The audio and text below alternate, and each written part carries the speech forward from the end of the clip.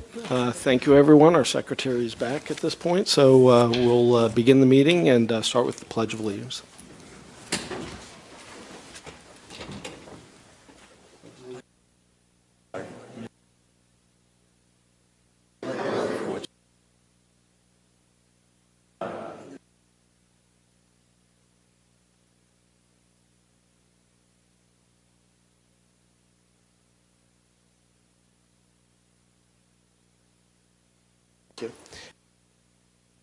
First one. The election board, yeah. Okay. I jumped ahead. Commissioner Shikatana is the chairman on the election board, so he'll handle that meeting first. This time I'd like to call for any public input on agenda items only.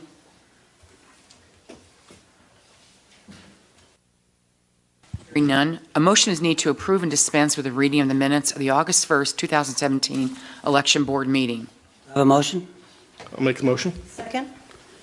On the question? All in favor, say aye. Aye. Opposed?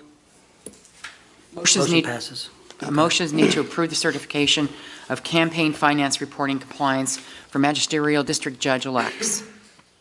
Do I have a motion? I'll make the motion. Second. On the question? No?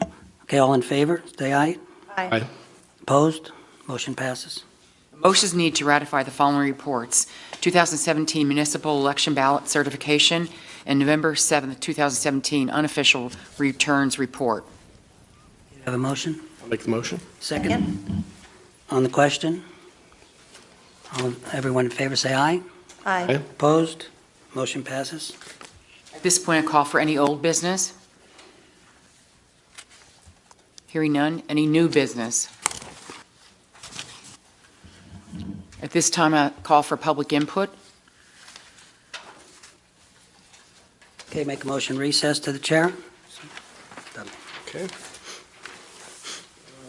We'll now open and call to order the commissioners' meeting. Is there any citizens' input on agenda items only? Okay, seeing none, I'll hand things over to the chief clerk. Motions need to approve and dispense with the reading of the minutes of the Commissioners' public meeting held on Tuesday, November 14th, 2017. Motion. Moved. Okay. Motion is made. Is there a second?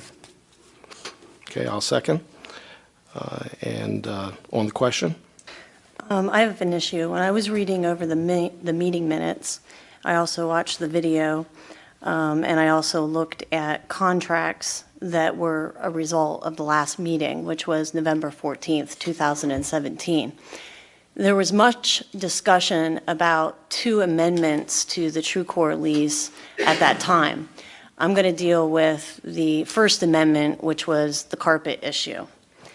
And it was said and transcribed and then contracted that TrueCore, which, as you know, is a corporation that's renting space out at the site out there, former Northwestern site, was receiving considerable credit for their rent in August.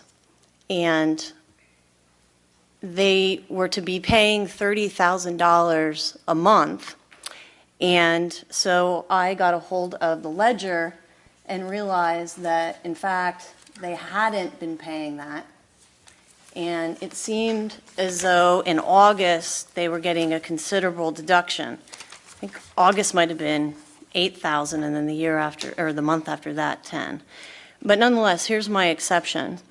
It was said that the consideration for them getting a reduction in their rent was that they had contributed to carpet that was being put into our building. And the amount of the carpet was said to have been somewhere at or above $19,000. The amount that TrueCore was said to contribute was $8,000, and they were getting dollar for dollar credit for doing that because it was an improvement to our property. What was controversial at the November 14th meeting was that we, the county, had paid $12,000 of this carpet, which 12 and 8 doesn't equal 19, but That's what it said, and that's what was discussed. And in consideration of our payment of this portion of carpet, they were also going to reduce their rent by the same amount.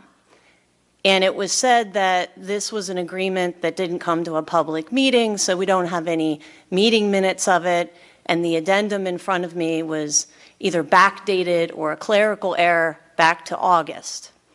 My issue is this. The meeting minutes reflect that the county paid for carpet, and that was the consideration for the rent reduction. Following the meeting, I went to the controller's office and asked to see the invoice for our payment of the carpet. There was no invoice for our payment of the carpet. And because my name is on every check that leaves here, I wanted to see a canceled check, some sort of documentation that we have paid for carpet. We had one of the employees, it wasn't the controller himself, we had one of the employees, I did, in the controller's office, sit at her computer and do a search for, first, any payment going out from the county in the amount of $12,000. Search came back negative, no results. Then we did a search for any carpet that the county had paid for. Search came back for carpet that was purchased in the amount of $1,750 for the career link, only the career link. So then we did a third search. We put the name of the carpet company, which I think is USA Carpet, any payments of carpet going out for the entire year from the county to this company, and again, it was that one at the career link, okay?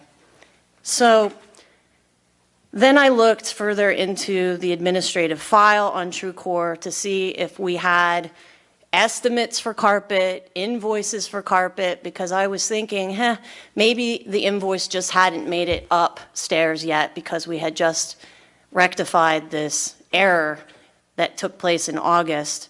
And what I found in the file was an email from Tom Pagovich, who is one of the head leaders of TrueCore, to an administrative assistant here in the county.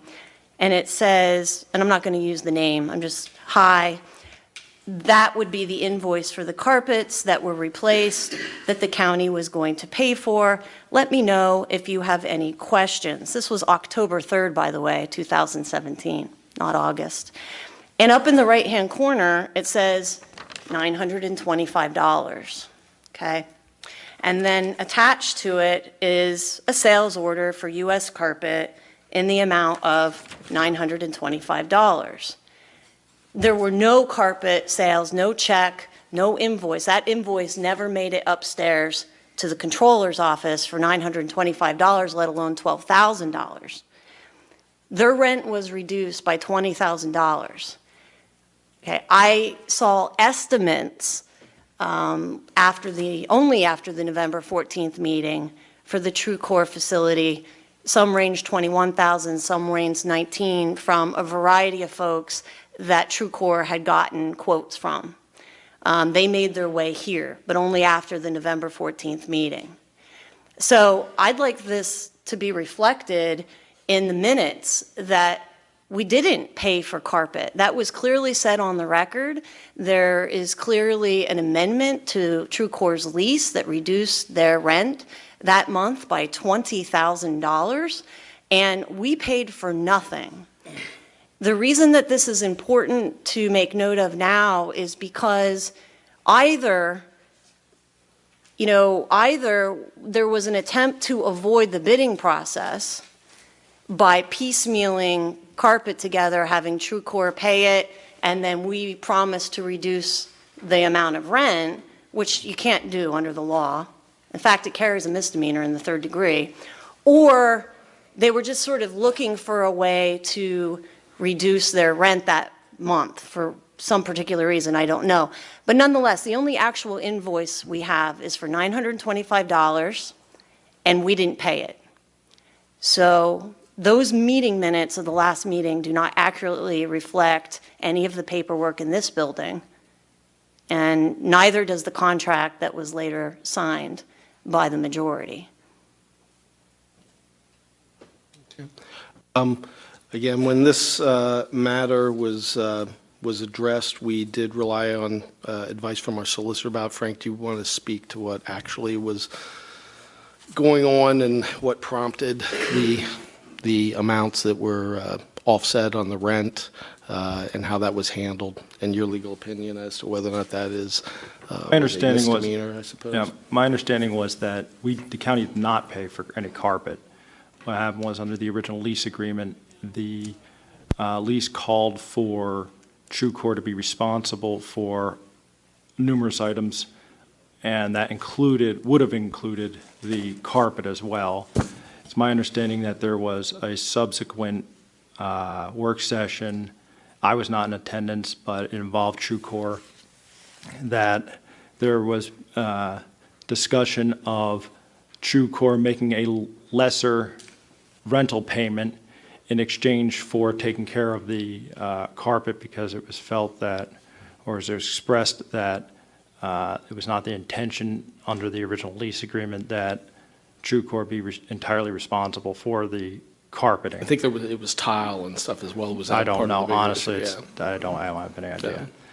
In any event, TrueCore made a lesser payment toward rent in August, and for whatever reason, that was not put on the agenda, and subsequently, there was a meeting held last month where the amendment to the lease went through, whereby they knocked back the rent for 1 month in exchange for TrueCore's having to pay for the carpet, and basically the county agreed to just knock back the rent in exchange for TrueCore having to take on that responsibility. So that's my understanding of what happened. Why does the amendment specify that there was a cost sharing and that leasee paid for X amount and leaseor paid for X amount? It actually says that in the amendment. I think the amendment reflects payments that were made or already paid ahead by TrueCore at that time toward rent, and subsequent payments that were going to be made. And I think the understanding was that TrueCore was responsible for, at that time, I believe it was $30,000 a month in rent, and that the county was willing to accept less in rent that coming month, which would have been September, in exchange for TrueCore having to carpet the place or tile the place or whatever it was that they were doing. And I think part of what prompted this is, and again, we're trying to remember conversations that were had in work sessions and things back in August and probably July. When they were going through their state permitting process, there's an inspection that they do with the facility. And apparently, one of the issues that was brought up on the inspection, that there was perhaps some areas with carpet that were some places where it was ripped, and there was some damaged tiles that they felt were a potential safety issue, and it may have, and so it was noted on that inspection. That's my understanding of it. I think part of the reason why, as a county, we had a tenant who was coming in. We do have them responsible for certain upgrades and changes they would need to make for the use that they had. However, they approached us about it because apparently, they would have trouble with the inspection unless that was corrected, and so they approached us as to whether or not we'd be amenable to sharing the cost of that, due to the fact that we would, after they are no longer a tenant, they've just improved the building, and there would maybe have been some question as to whether or not under the lease was it fit for the purpose that we were leasing to them, since it came up on that, I guess, on that inspection. Commissioner Schigantaner could probably speak more specifically as to the amounts. The one other thing I would just like to note is, right now we're approving the minutes and what was said at a meeting, not trying to go back and, decipher, what occurred. I think that unless the minutes don't reflect accurately what was said, I would not be in favor of changing the minutes. The minutes are what they are. I mean, frankly, if we're going to do that, we could go back and, it was also stated at that meeting, when this issue came up by Commissioner Best, that TrueCore was incarcerating, juveniles in this county, that it was incarceration. She subsequently had put things out on her Facebook page, I believe, showing whether they were juveniles or some individuals in a prison with bars and things like that. The reality is we've been talking about this whole thing for a month here with TrueCore, and that this is incarcerating and things like that. The fact of the matter is, the actual reality is, they were licensed by the state as a community-based program, which Commissioner Best at the meeting last month said is the type of thing that we should be looking at, because it is reimbursed at a higher rate, and that those are favored more by the state. That is what, in fact, it is. And I believe that Commissioner Chickatana mentioned to me the other day about possibly talking to TrueCore about whether or not people want to, they want to invite people out to take a look at the facility. You will not see a single bar. You will not see any fences with barbed wire or otherwise. It is a community-based residential counseling program. And so if, but do I think that the minutes should be changed to reflect that's what it is, as opposed to what Commissioner Best, said that it was, which is not true? No, I think the minutes should stand as they are. Can I have the Great minutes, record. please? They're file 3 in the folder in front of you. File 3, the minutes. 3. Does somebody have the? Not under tab 3 here, so I don't know. Do you have a? Before the tab. Oh, I'm sorry. Rick, while you're looking for that, just, first of all, I would like to invite anyone who would like to go up Thursday at noon, up at the 3 buildings in question, and the press also would be invited and show you exactly what happened. First of all, we're talking about carpet. It's not carpet. The 3 buildings are cement floors where the cement had settled and the tile was cracked, especially in the hallways and some of the classrooms. And as the tile cracked, it made an uneven floor, which would have been a liability. I had the maintenance person up there looking at this tile, and he said changing the tile we would never be able to match anything because of it. This was at the beginning of the whole process. The color, the thickness, and everything, it would never match. So we'd have hallways where we would have different kinds of tile and all. So the maintenance person who is up there, who has been working up there a long time, suggested that we get vinyl, this new vinyl type flooring. But of course, the vinyl type flooring would cover any imperfections in the cement, in the tile. And at that point, then we had a discussion with Frank and everybody, and it got to a point, well, we didn't want to replace all of it, and we had discussion with it after that. But if anyone would like to come up Thursday at 12 o'clock, I'll show you what was done. Newspapers or wherever can come up, and we can sort of explain. It had nothing to do with the carpet. This was tile that was cracked. That was basically. And again, the way it was handled was reviewed by our solicitor, and we acted under his advice. Okay, so we're going to get back to the actual meeting minutes. The reduction actually does show August 31st, 2017 in the amount of $8,000. The meeting minutes, I'm on page 11, it's the resolution number 105-17, and I'm going to read to the part that is specifically I'm taking exception with. It says, whereas the leaseor has agreed to pay $12,000 and leasee has agreed to contribute $8,000 towards the total cost of the repair/replacement of flooring. Okay, then if you go to page 14, where we're speaking, it says, Vice Chairman Chickatano said that since we had that check, we said if this would be approved, that $8,000 we would just keep, and the rent would reflect our $12,000 plus the $8,000 that they already sent to us. That was their money. So the rent would reflect our $12,000. And back to the amendment, it says leaseor has agreed to pay $12,000 for repairs and replacement of flooring. There's no invoice for 12,000, there's no check that went out for 12,000, and it really doesn't matter if it's carpet or tile, it really doesn't matter if there's bars on the windows or not, it really doesn't matter if this is a great place, because to quote Chairman Schock, we are in a tenant-landlord situation here. We were owed $30,000, we were paid $8,000, this is the justification for it, and it is not the truth. So I would like the minutes to reflect that there are no invoices into this county. I don't understand, where were we paid 8? No, I didn't say we paid 8. This says they paid 8. We agreed to pay 12. I don't understand, what are you saying? Neither do I. The 8 was rent?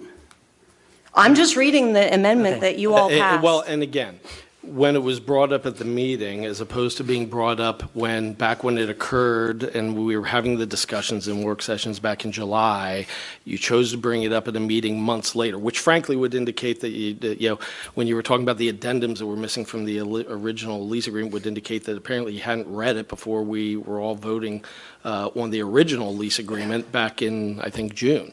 If you're only bringing it up then, they were so important.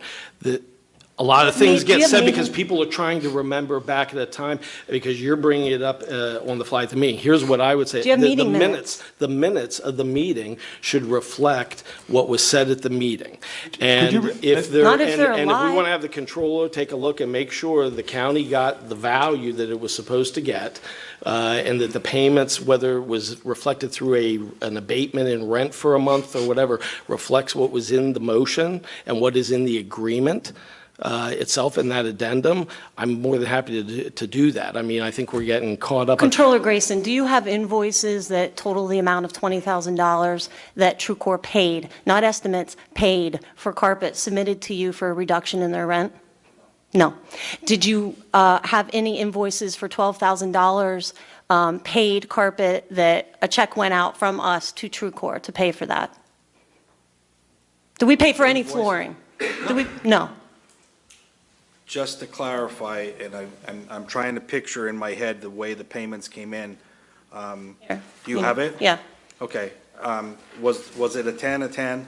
A 10, a 10, an 8, a 10, and then back up to 30 for 2 months. And then back up to 30. So if I recall correctly, the 8 came in, and then TrueCore sent another 10 in their month that would have normally been a $30,000 month. It was the next month. It wasn't both in August.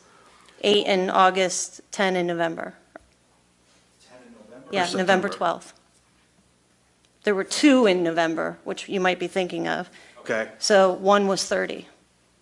right, so the 8 and the 10 came in for what would have August been, and or, November. I'm sorry, the 8 and the 10 came in for what would have been, that wasn't a 2 months payment.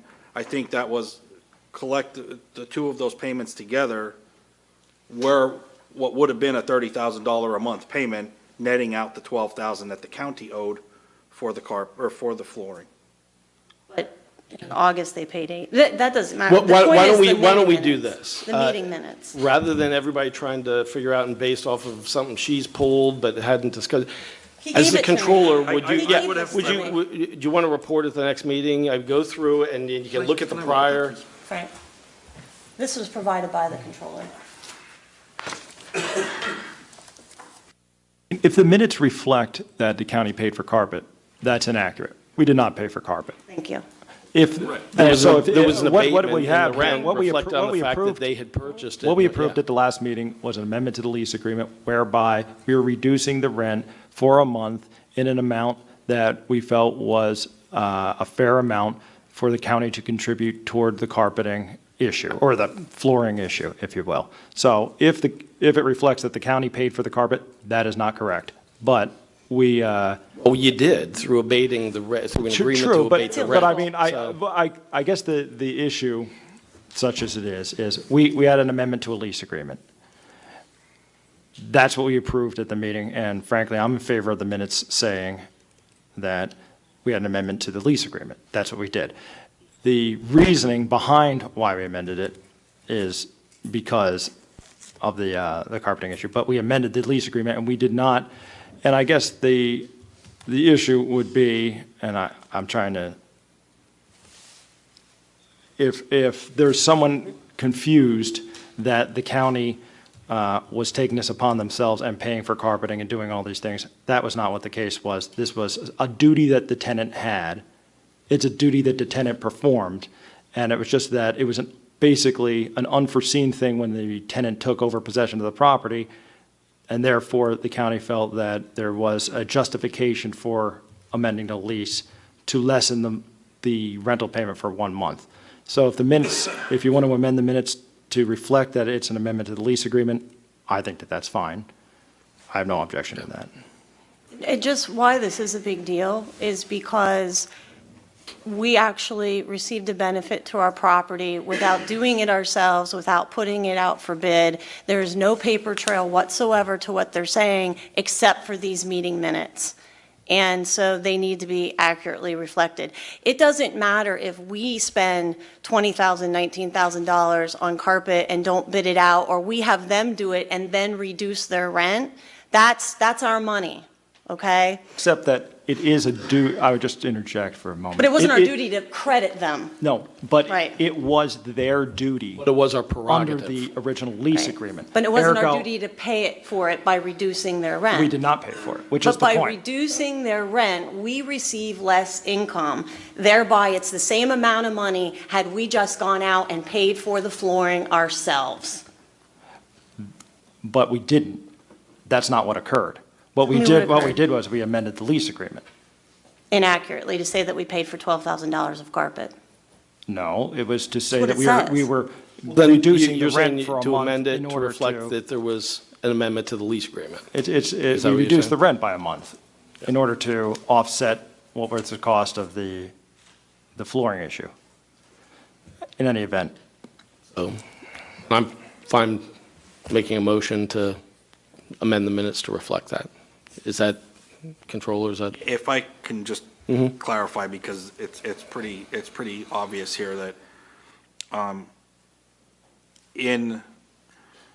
their first 2 months that they were there, their rent agreement was $10,000 a month, okay? So their July payment, their August payment, they paid $10,000. August 31st, they paid the $8,000, which was decided, I guess, was going to be an adjustment to their $30,000 September monthly payment. So then on September the 12th, they paid another 10 plus 8 is 18, which then their September payment was what was adjusted, $12,000 down. And then the next 2 months, October, November, they paid 30 and 30. So Which is what's reflected in, Frank, am I correct, what's reflected It was- essentially in the addendum was the. I don't have the addendum. Yeah. But the $12,000 was an adjustment to their rental payment in that particular month. They made an $8,000 and then a $10,000 payment for 1 month's rent, $12,000 less than 30. Okay, I'll make a motion to amend it to the minutes to reflect as the solicitor had indicated that it was an amendment to the lease agreement, and also to our controller, if you find that there was, we're missing, a payment, or the county was somehow shortchanged from the standpoint of what that addendum said, certainly bring that to our attention, and we'll make sure it gets rectified. To clarify as well, there was nothing paid from the county for this expense. Okay. All right, so I've made the motion. Is there a second? Second. Okay, motion made and second on the question.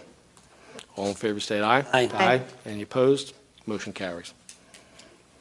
At this time, we'd like the 911 Public Safety Motorola presentation by Russ Feldman and Jason Ramsey.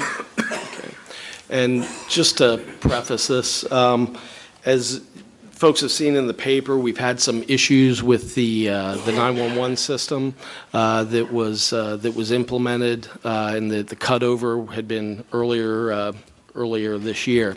As I think we'll see, there's going to be an explanation here by the folks at Motorola as to why we're having some of those issues, coverage issues. We've also have a couple of our police chiefs who we've met with. We've had meetings where we've had quite a few of them from around the county to get their input on this and what the issues are to make sure that we take care of this issue. It is a public safety issue. Frankly, we can get in a little bit to the causes of that, but frankly, the system that was contracted for by the prior board is not adequate in terms of how this system needs to be used on the ground and for the safety of our residents and their property. But at any rate, there's a presentation here. You can kind of see, what the issue is, how it's being proposed to be addressed, and what the cost of that's going to be to the county. So, Russ, if you want to start, and you can. Good afternoon, I'm Russell Cullen, 911 coordinator. This time, we'd like to present a proposal for overall solutions to the board for approval. This proposal outlines to enhance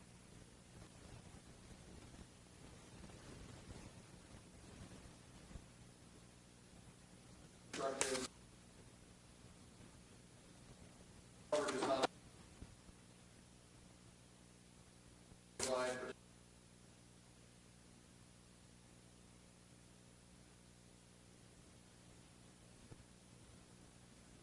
at this time Jason Rand.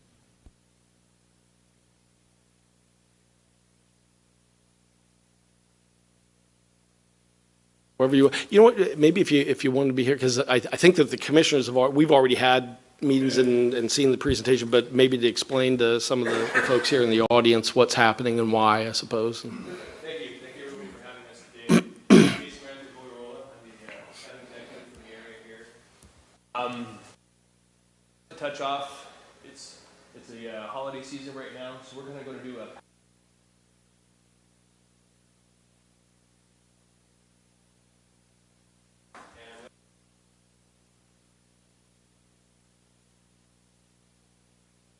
so I'm just going to kind of run through things. If you have any questions, we can hold them off to the end.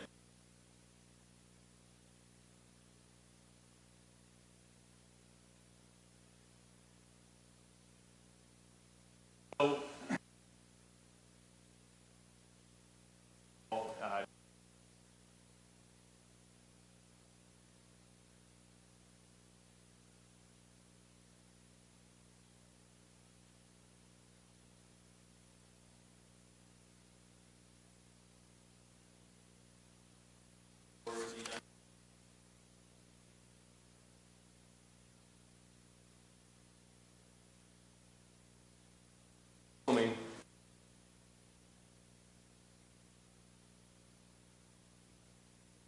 also designed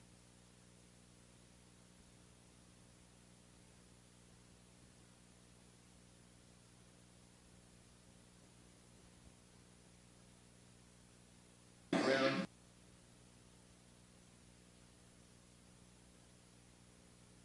so Motorola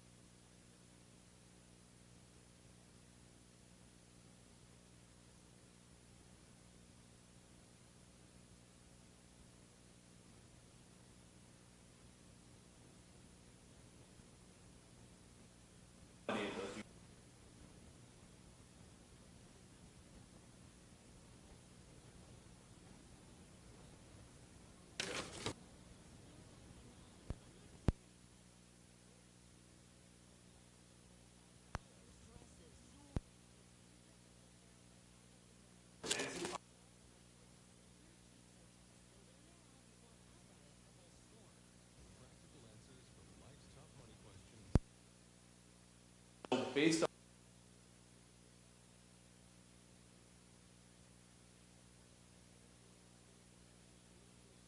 item we noticed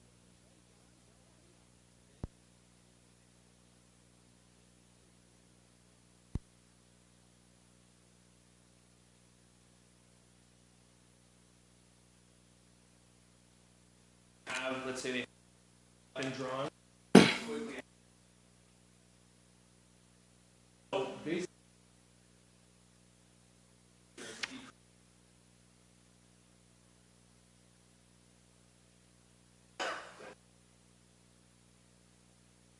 they so based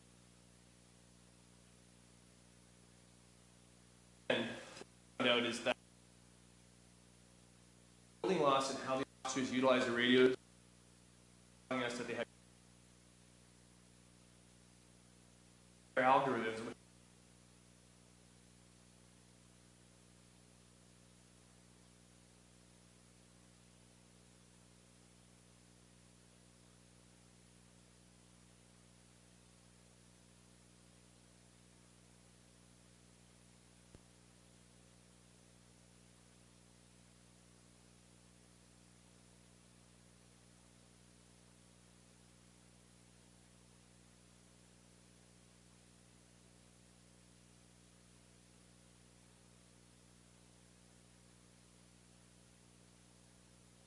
I really wanted to hear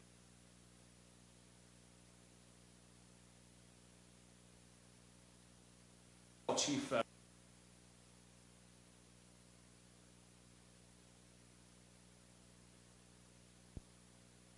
Wherever you'd like, just right there, kind of how Jason was, I guess you can. My name's Stu Allen, I'm police chief in Raffle Township. After the new system went online, one of my officers became involved in an incident in a remote area of our jurisdiction. Escalated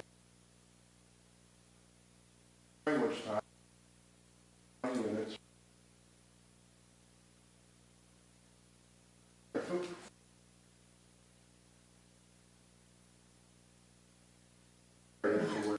to the always had. Pursuit had determined of officer running whatever it might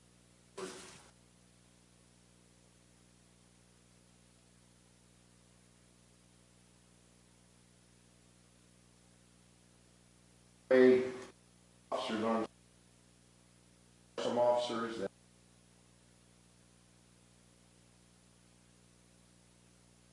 type setup. Radio never leaves our hands free. To be able to defend ourselves or not having to worry about.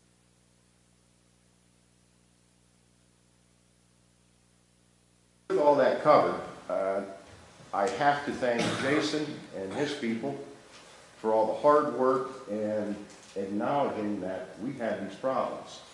I'm sorry, Russ, I pulled it.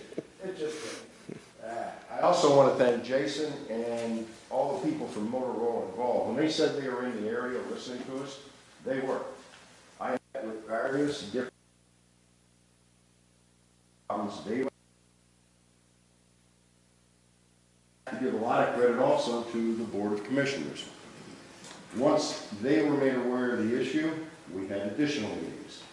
They recognized it, acknowledged it, and thanks to Motorola being able to come up with a resolution for it, hopefully we can move forward and keep everybody on the street much safer.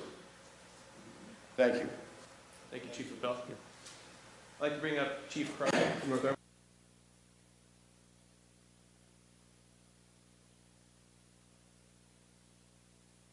We had some coverage issues in our area that they recognized. One as small as the Subway restaurant, and other parts of the and then biggest concern into the school. Issues. Any other issues?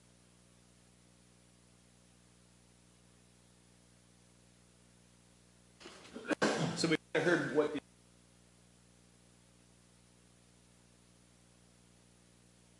well, this kind of explains what that idea talked about.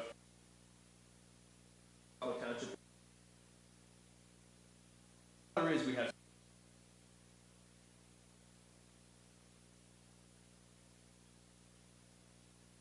areas.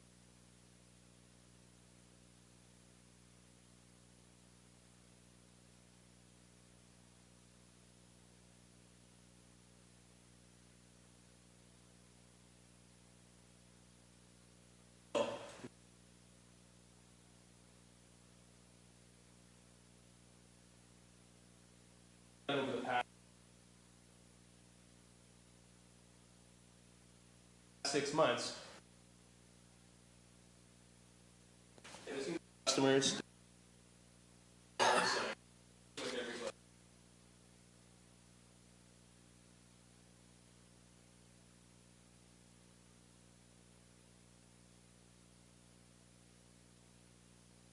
Also,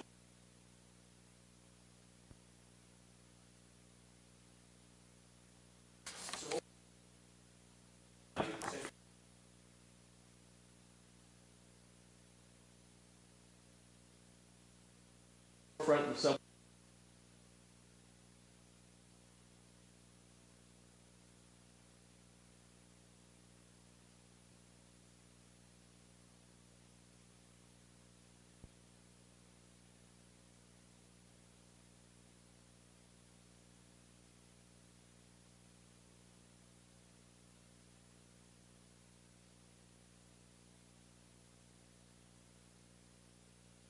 Also giving great. Everyone in.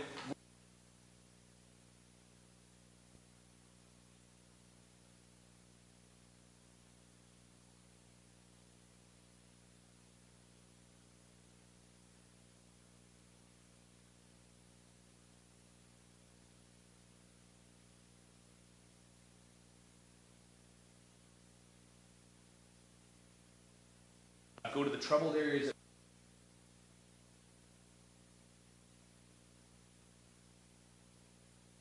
The north section.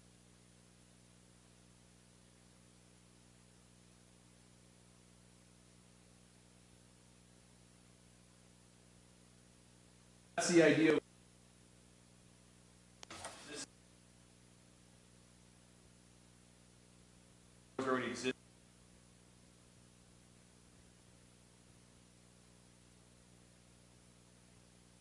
Also to protect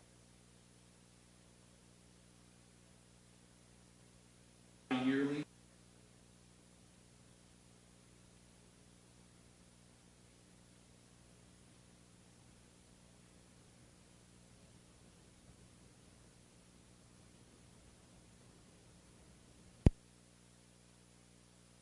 That's kind of how we're moving.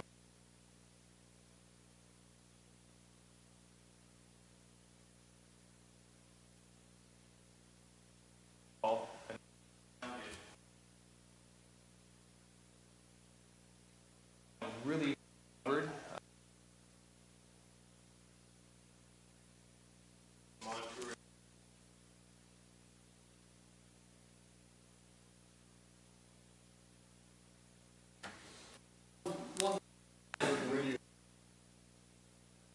The large area.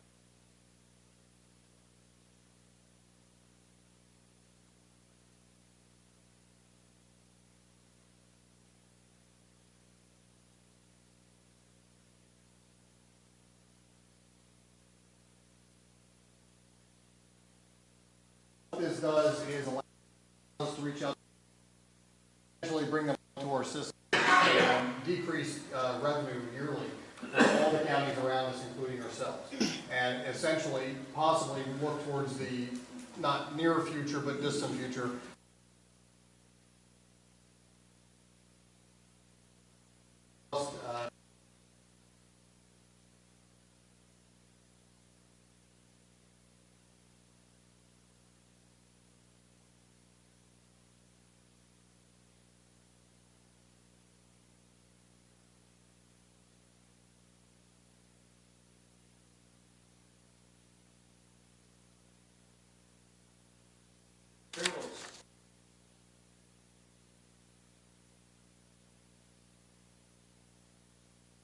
But also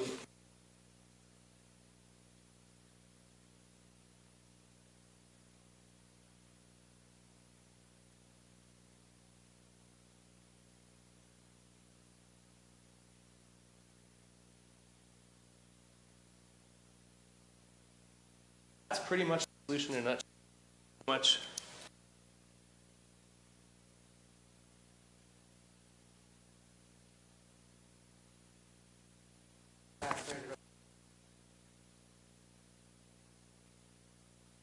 Value of That's all right. It'd be that, and then the SUA as well. So the SUA in that, the value of the tower add-on solution, is about 3 point.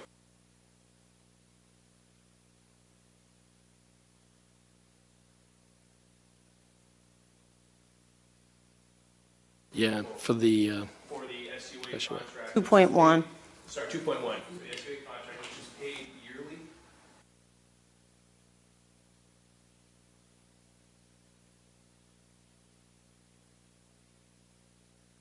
it's It's divided 2.1 up total. amongst the life of the Yeah, SUA sorry, contract, 2.1 yeah. total, yeah. but it's divided up into yearly payments. I do apologize. Thanks, Chris. Which, and to give people some idea, the system we have right now, even though we just had the cutover, the attempted cutover, just only a few months ago, was already outdated by, wasn't it 2 years or something? It was because of when this project had started.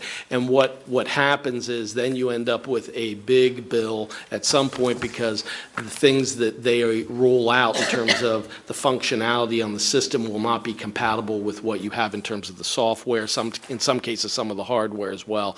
What this does is this keeps us up to date throughout the course of that, so we don't end up with a big bill at some point later because we didn't keep our system up to date, and now we don't have functionality that we need. It is not a small amount of money. That's why we're having this presentation to let people know about it.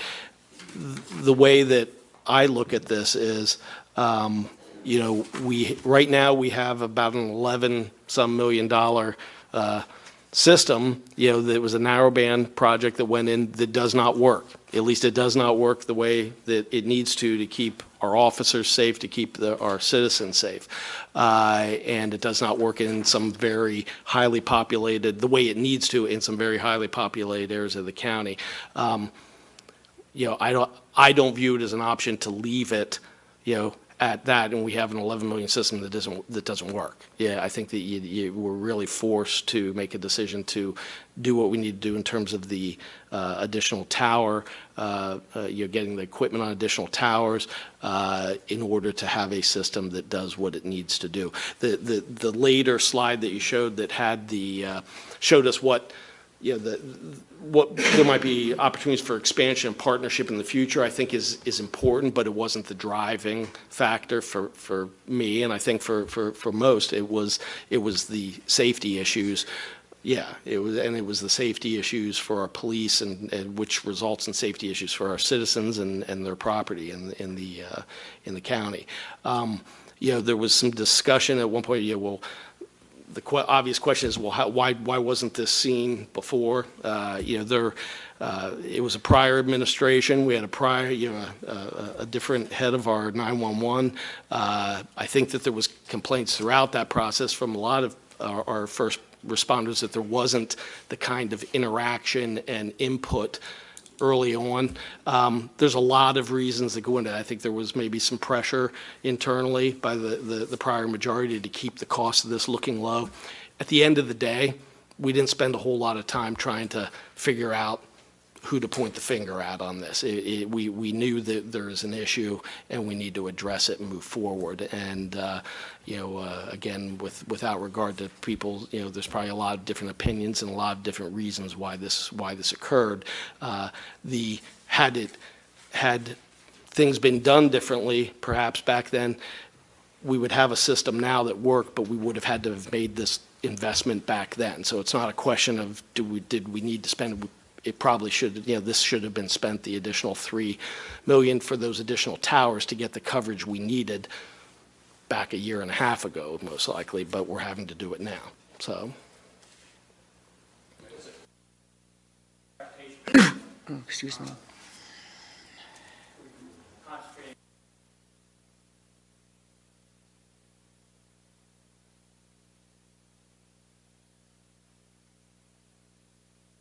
Here's our project manager.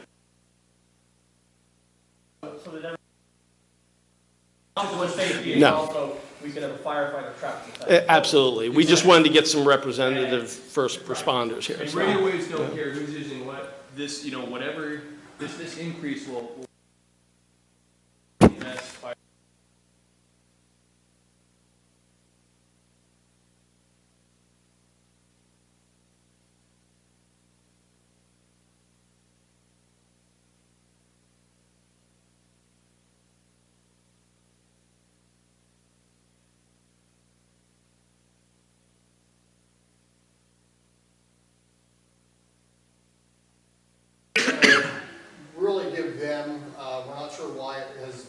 itself more to focusing on, but it's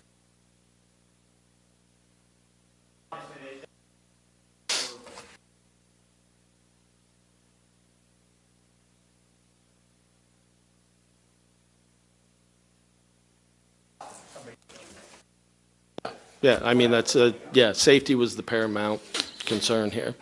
Um, You know, and also, I would just like to, to thank all the folks, Jason, from Motorola, and your team, Russ especially as well.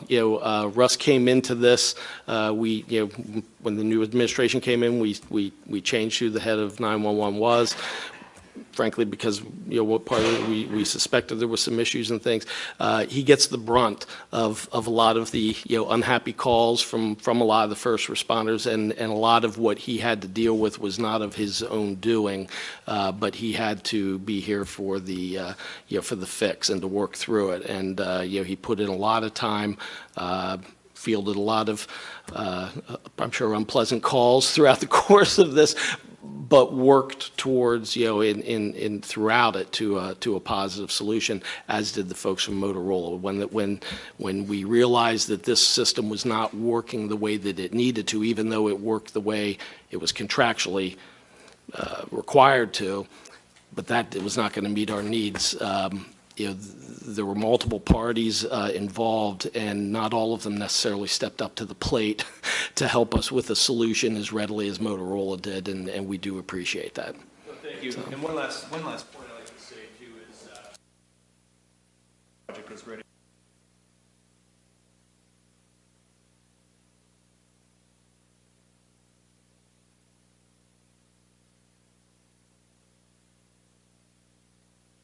Officer safety.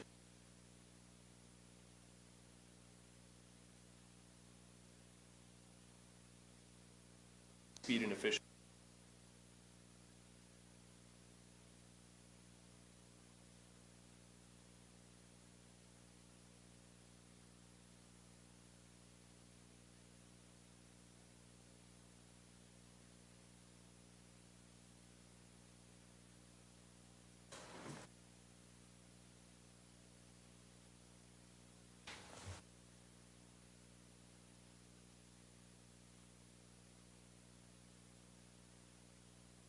Snyder and Danville are both, one of them's owned by the state police, is it not? Or both?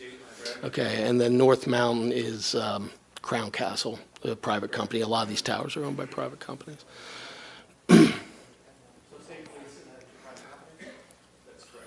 Private, okay. The engineer. You want the rundown? Yes, give us a rundown. Snyder 03 is owned by the Commonwealth of Pennsylvania. It is actually managed by Crown.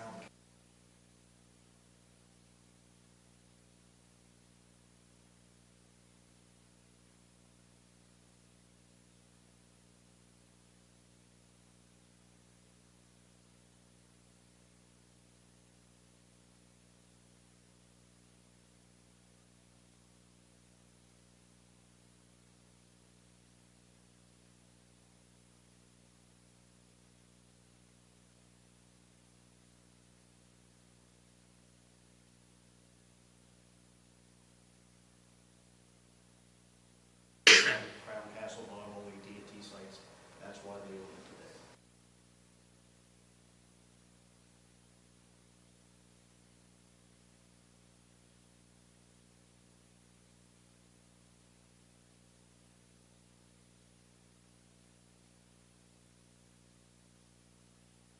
today. And part of the issue is that, at one point, it was to get the new equipment on, there was going to be upgrades, and there will need to be likely upgrades to that tower, now to the infrastructure of it to hold it. And I think at some point a decision was made, well, we don't want that because we don't want to reflect the high cost of it, and I don't know that people appreciated or took into consideration the effect it was going to have on coverage.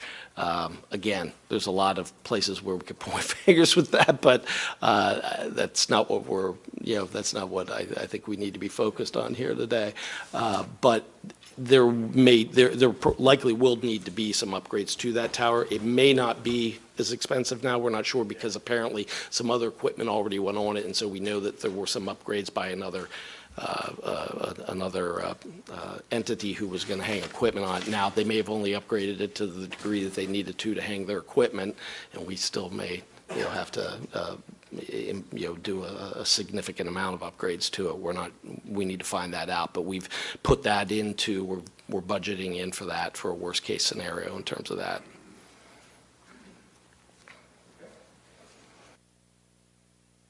Thank you. Any other questions from the public about it? Okay.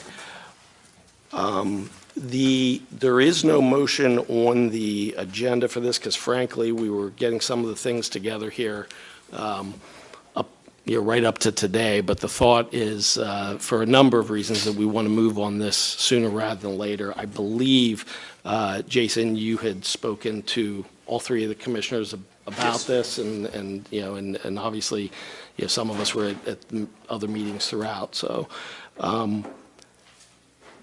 The motion, I'm sorry. Yeah, so we have a form of a motion to approve what we talked about here today, and obviously, along with that, the expenditure. So unless there's any other comment on it, I'll put that motion I have a up. question. So this is in a form of a lease purchase agreement, okay? The first portion, not Right. the 282, but. Right, the $3 million one, okay. So, I don't know, maybe this is just an oversight, or maybe this is the applicable law that you're using, but they're using general municipal law for the state of New York here, not Pennsylvania. And, that has some legal ramifications if that's, I mean, I don't know if it needs to be amended to be our municipal law, but further than it goes on to say that this is not a general obligation lease, neither full faith and credit nor taxing power of the leasee are being pledged to the payment of any amount due or to become due under this lease. It is understood that neither this lease nor any representation by any public employee or officer creates any legal or moral obligation to appropriate or make monies available for the purposes of this lease. So what this is saying is that we're promising we're not going to utilize tax dollars or raise tax revenue to pay for this. And it goes on to say that in several other paragraphs, and in fact asks for our attorney, our solicitor, to then give an opinion that we have sufficient money available to make all payments, all $3 million required to be paid under this lease during the current fiscal year of the lease, and such monies have been properly budgeted and appropriated for this purpose in accordance with state law. This opinion may be relied upon by leaseor and any assignee of the leaser's rights under the lease. So I just want to point out that when we make the motion to approve this, we're going to have our solicitor sign off that we have budgeted $3 million for this, and that we're not raising taxes to pay for it. I don't believe that's what it means. Obviously, municipalities get their money through taxes. That's how you get it. Correct me if I'm wrong. I'll go to my solicitor and to you, Jason. The fact that we are not legally obligated to pledge the full faith and credit of our taxing power does not mean that we are not permitted to. And in fact, is there anybody who enters into these leases, any municipality that you're aware of who does that, who gets their money from something other than taxing their citizens? What we call our program. Fair enough. And this program is designed for counties. I think the one aspect is that Right. essentially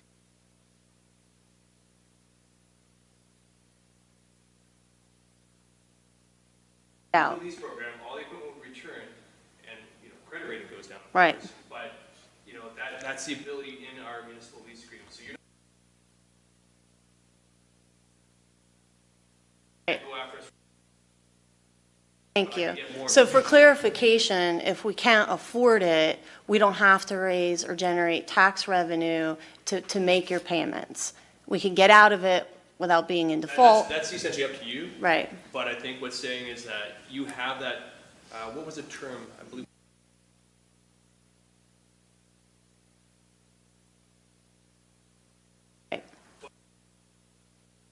There's other Everything else that goes on with the equipment gets ripped out, you don't have beneficial use anymore.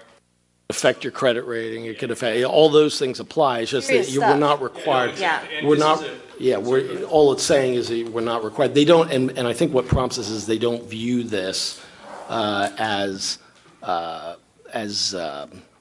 debt that where, through DCD, where you'd have to pledge your full, your taxing ability to, so, It's seen as a budget. yeah.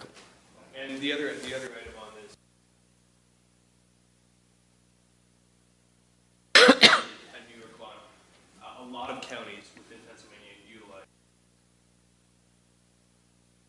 I just want to clarify because we have a budget item later on, so it'll be relevant later on. I just wanted to make that clear now while we're here.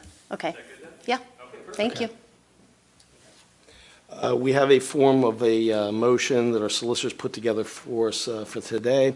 It's a motion to authorize the execution of, one, a change order to the County of Northumberland's existing contract number 0011835 with Motorola Systems. Two, a system upgrade agreement with Motorola Systems. And three, an equipment lease purchase agreement with Motorola Systems, subject to final review by the county solicitor. Is there a second? I'll second. Okay. Motion's been made and seconded on the question. All right, all in favor state aye. Aye. Any opposed? Motion carries. Motions need to pay all county and liquid fuel payrolls as submitted by the Human Resource Office for payroll number 23 in the amount of $677,749.67, and payroll number 24 in the amount of $680,576.52. Is there a motion? So moved. Second? Motion made and seconded on the question. All in favor state aye. Aye. Aye. Any opposed? Motion carries. Motions need to pay all county and liquid fuel bills as submitted by the county controller in the amount of $5,291,234.58 from November 10th, 2017 to December 1st, 2017. Is there a motion? So moved. Second? Motion made and seconded on the question. All in favor state aye. Aye. Any opposed? Motion carries. The next regular public meeting will be held on Thursday, December 28th, 2017 at 1 p.m. in the public meeting room at the Administration Center, 399 Stadium Drive, Sunbury. A work session will be held on Tuesday, December 19th, 2017, beginning at 10 a.m. in the Commissioners' Conference Room. The Northumberland County Courthouse, Administration Center, and related county facilities will be closed on Monday, December 25th, 2017, in observance of the Christmas Day holiday. A motion is needed for the Commissioners to sign the state tax equalization voucher for transfers of real estate for the month of October 2017, as submitted by the Assessment Office. Is there a motion? So moved. Second? Motion made and seconded on the question. All in favor state aye. Aye. Aye. Any opposed? Motion carries. Motion is needed to approve the employee status sheet list of new hires, individuals no longer employed, promotions, demotions, and transfers as items number 1 through 13. Is there a motion? So moved. Second? Motion made and seconded on the question. All in favor state aye. Aye. Aye. Any opposed? Motion carries. Motion is needed to approve the following reports as listed on your public meeting agenda. Is there a motion? So moved. Second? Motion made and seconded on the question. All in favor state aye. Aye. Aye. Any opposed? Motion carries.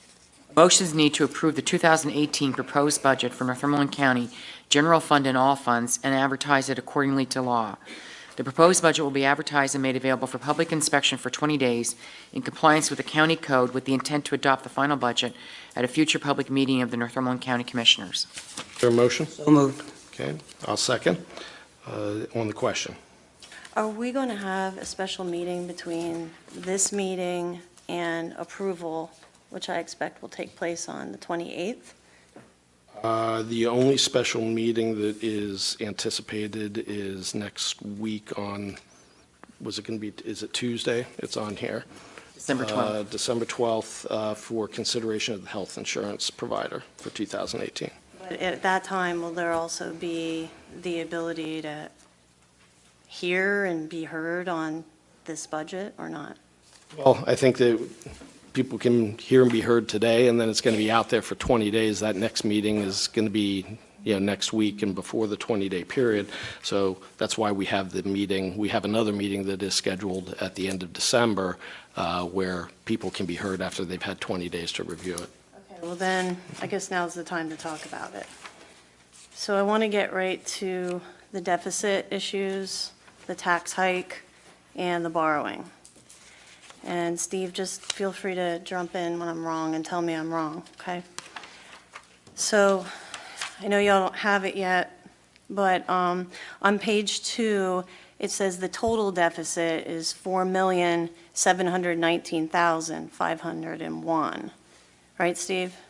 Correct, but Okay. that was then reduced To, down to 3.8. right, 3.828392. Okay. So then I'm just going to have you page to, I think it's page 6. So what is being proposed is to increase taxes by $2,025,000. See that? Okay. But then it says that in order to meet the rest of this deficit, we have to borrow. You see that? Okay. And you're not proposing that we borrow the difference between that 3.8 that you just corrected me on and the 2, you're saying the proposed borrowing is 3.25, $3,250,000. Okay. So is there a reason that we would borrow more than the deficit, or no? Well, I could say that the 3.25 was based on the extraordinary cost of the prison. The prison fire proceeds were exhausted in 2017. So we don't have any prison fire proceeds to use toward the 2018 budget. The cost of the prison, the budget, that was reduced to $7.2 million, where in the past we appropriated $4 million toward the prison from our general fund, creating a $3.2 million deficit just in the prison itself. So that's what that borrowing was as an extraordinary cost, but we're still getting some information from our finance people on how to best proceed with that. Right. So to say it another way, you have budgeted that the budget for the new prison is $7,248,428. Okay. So our deficit then is really more than 3.8 and some change, because if you've got to raise taxes for some and borrow for the rest, our deficit is both of those combined, is it not? I mean, we have to come up with that money. It's not a choice. Well, you're referring to the difference between the 5,275, is that what you're referring to? You have here, if we raise taxes by over 2 million and we borrow 3.25 million, Right. funding raised $5,275,000. Right. Okay, it's about 1,000. So what I'm suggesting to you is that's the real deficit, because that's what you're saying we've got to make up. You're saying X amount will go to the increase for the prison budget. There will be other costs that we are not sure about at this What are point. those? Well, tower remediation at the No, north tower. no, that's later. That's Right. later. Right. You Tower- have us borrowing an No. additional 3 million for that. I'm just talking about. No, that's not Just that included in, amount. no. Okay, that's- so you're just now we're just gonna do, what, option 1 here? It has option 1, Yeah. proposed borrowing. Right. $3,250,000. Yeah, option 2 is if we would, choose to borrow that, but we're not going to proceed that way, as far as I So it's know. not part of the proposed budget then? No, Well, we should It- let people know that, because you have Well- here, the total potential borrowing is $6,600,000. right. Okay, so are you saying you're not going to proceed that way? And if so, how do you know that, since we didn't Well, vote on I it? guess I should say, we haven't quite decided on our course of action there. We're waiting for answers from our finance people. Okay. So another way to say it, how you characterize this extraordinary expense because of the prison fire that happened 2 years ago, you might not be able to borrow for that characterization. Well, no, you'll be able to borrow for it. It could be treated different ways. I How? mean, it could be treated as an extraordinary cost if you choose to. You could also borrow it as a working capital Okay. cost. And then that, affects how you go about that, and there's different requirements for doing that. So that's what we're right now, we're literally waiting from our finance people to get some clarification on that. Okay, so they'll go back to that page, right under it says funding raised $5,275,000. Right. You still have projected deficit funding needed $4 million. Right. So if that's all we need, why are you still projecting a deficit? The 1.275 million, it's not, that would be the balance that we would have moving forward into 2019. Okay. Assuming a few things. Number one, we do not have 2017 closed yet. Okay. So if 2017 would end up, because 2017 projections go into the fund balance, if 2017 fund projections would not be what we expect them to be, we would have to use some of that for that. Like I said, however we treat the tower remediation cost, that would be another thing. Okay. Also, we had reduced some of the matches. If we needed to up any of those match appropriations, that would be handled out of that also. And we also have, as everybody has probably read that, we do have a few trials on the horizon, and that could blow the budget way out of whack. So it's a cushion. It's not a cushion. I mean, you're allowed to have a reserve. I'm not saying you're not allowed, I'm just Yeah. saying that's what accounts for that. Yeah, I overage. don't refer to it as a cushion, though. I think Okay. it's, that will be used up by the end of well, we should have, if, depending on how the costs come out in 19, we don't know.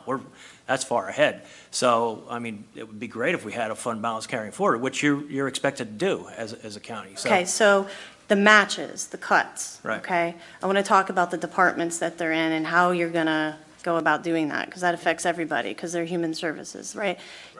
Children and youth, you propose some cuts. Right. You say that it's the non-mandated cuts. I don't know what in children and youth is really non-mandated, but you explained to me that it's an aspect of budgeting. Yeah, well, it's Our match. It's mandated match is what I was referring to. Okay. If But how are you going to do that? if you're mandated with your match, we can't alter the match. So then how do you rely on it? They have funding that isn't mandated match. Right. That's based on reimbursement. So are you telling me you know that there'll be that amount here that you have here, that we'll be able to save that? You're going to cut it and we're going to have it set aside? Yeah, first of all, it's only $11,000, so. Yeah, but then know. you go into domestic relations, which is 29,000. And these budgets had vacant positions in their budgets. But we don't have a hiring freeze, right? Are you Well, proposing that? we can't, with the budget's not passed. Right, but are you telling us that? Are you saying that's what we would need to do? I won't impose a hiring freeze. That would have to be the commissioners that would have to do that. Okay, and then 911, you have emergency management, you're making cuts, Correct. okay? And juvenile It's based court. on past trending, and as I footnoted in the report, it's trending to be a little higher than we had expected, so that would be part of that 1.275 would be used for Okay. that. So now, I just want to talk about what I asked you yesterday. Okay. Because I literally had no idea it was this high. So you're saying that this budget includes that we borrow more money for extraordinary costs. I asked you yesterday, how much have we already borrowed, given that the fire was not last year and not the year before? How much have we already borrowed that was marked as extraordinary costs? And I asked you how much in 2016, you told me 14 million, okay? I asked you how much, that's what you said. No, that wasn't, you didn't ask me if it was borrowed. We just asked what was classified as extraordinary cost. Okay, so 17 million, sorry, or 14 million, so you're Mm-hmm. telling me we spent that? That was the budget at that How time. much of that did we spend? I would say if we exhausted our prison fire proceeds, I would say we spent it all. Okay. By the end of 17. 14 million, all right?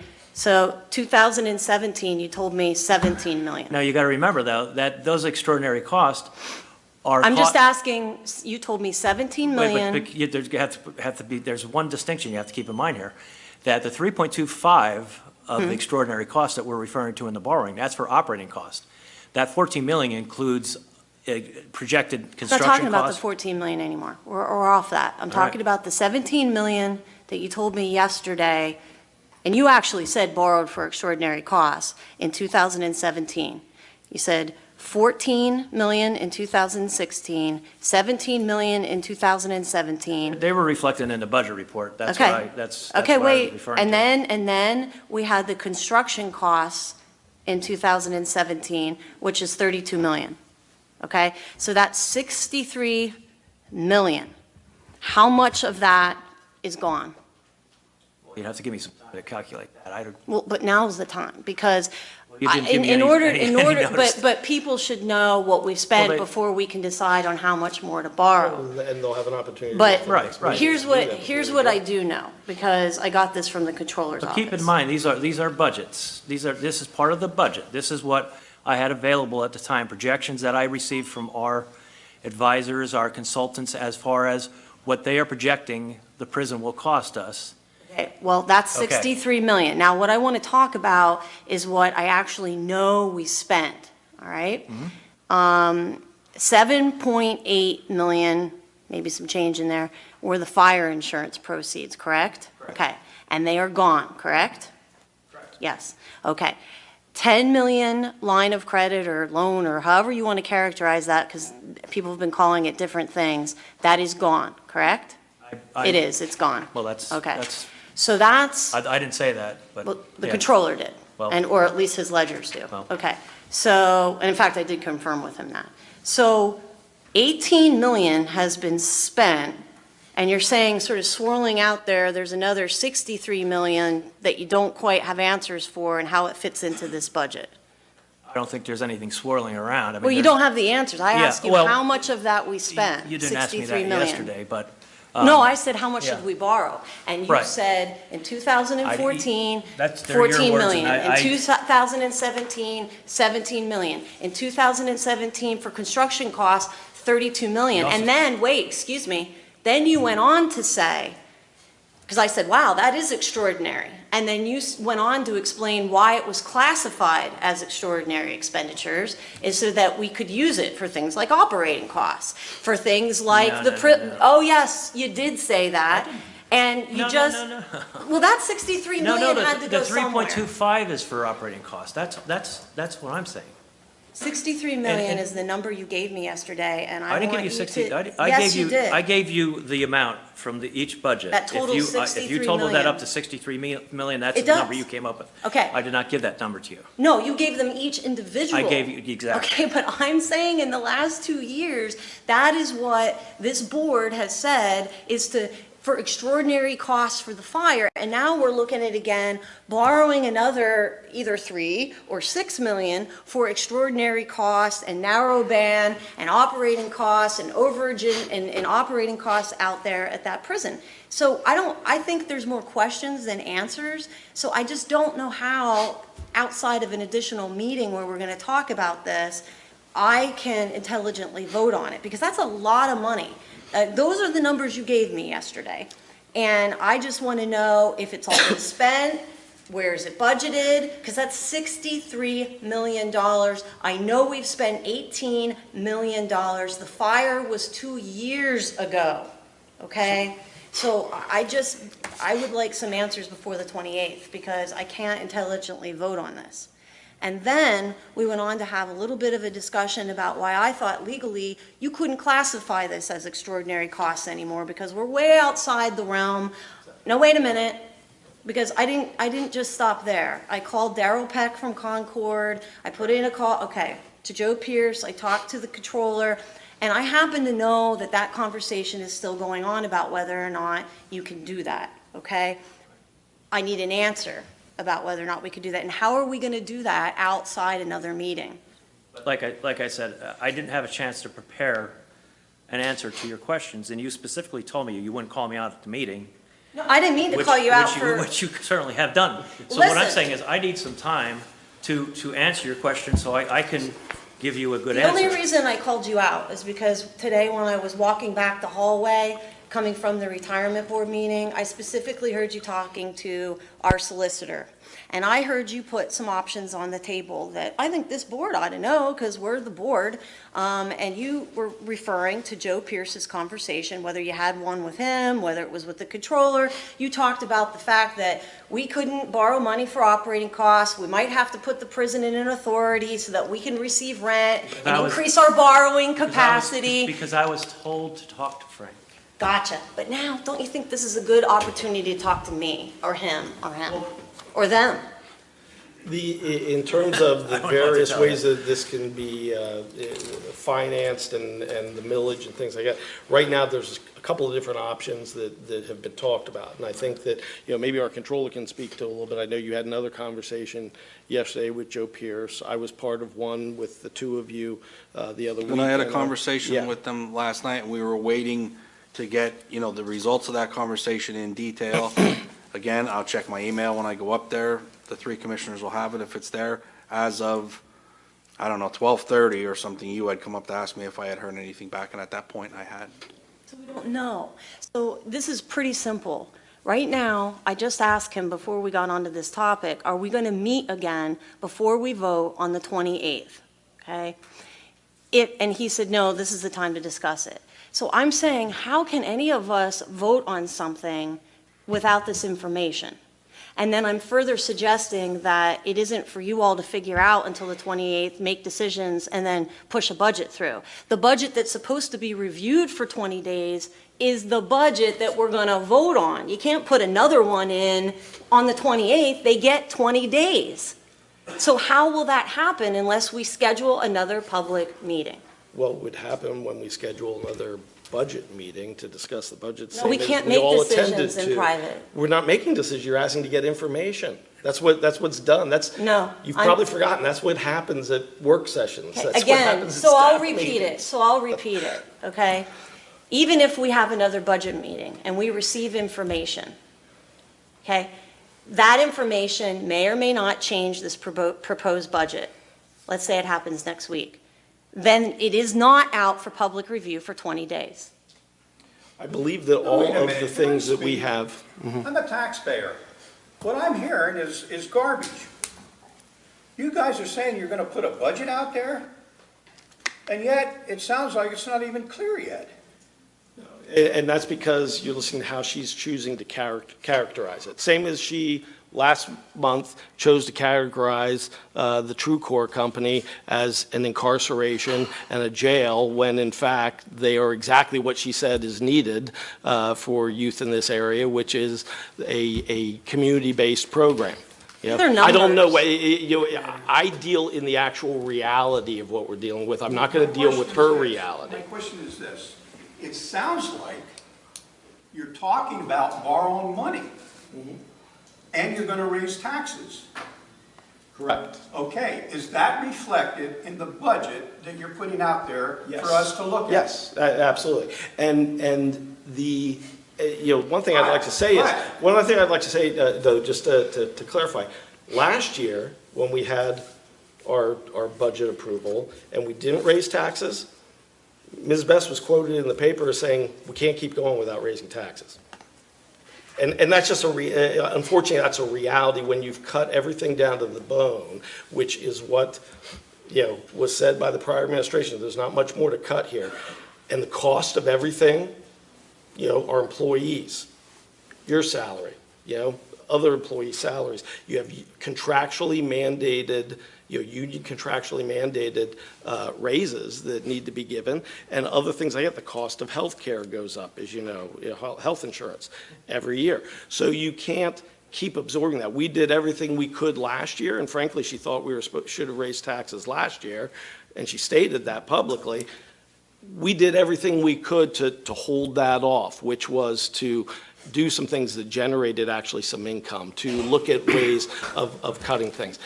We're to the point now where we can't do that. And we have something like this 911 system that needs to be addressed.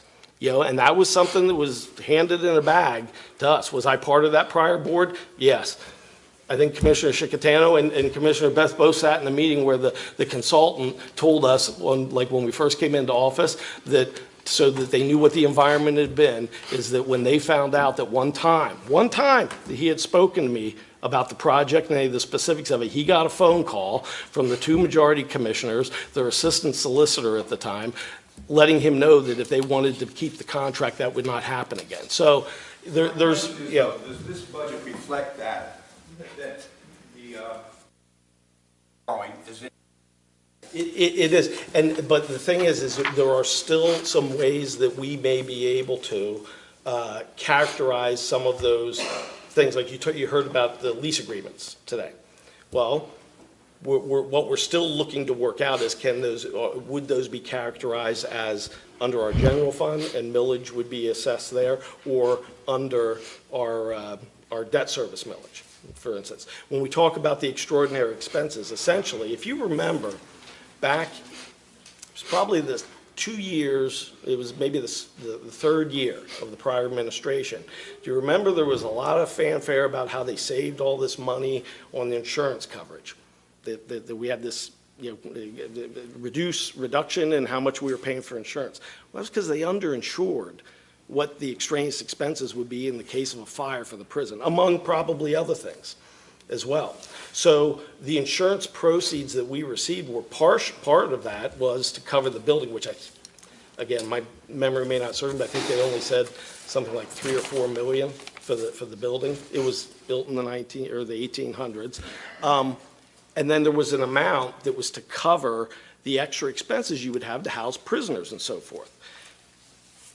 There wasn't enough to cover the amount. Now, I think what you're probably going to be hearing here is that, well, because we went this other direction with the prison, that's extending the time and we're incurring more of those costs, those extra costs, above and beyond what we would be incurring if we had our own guards at our own prison watching our inmates.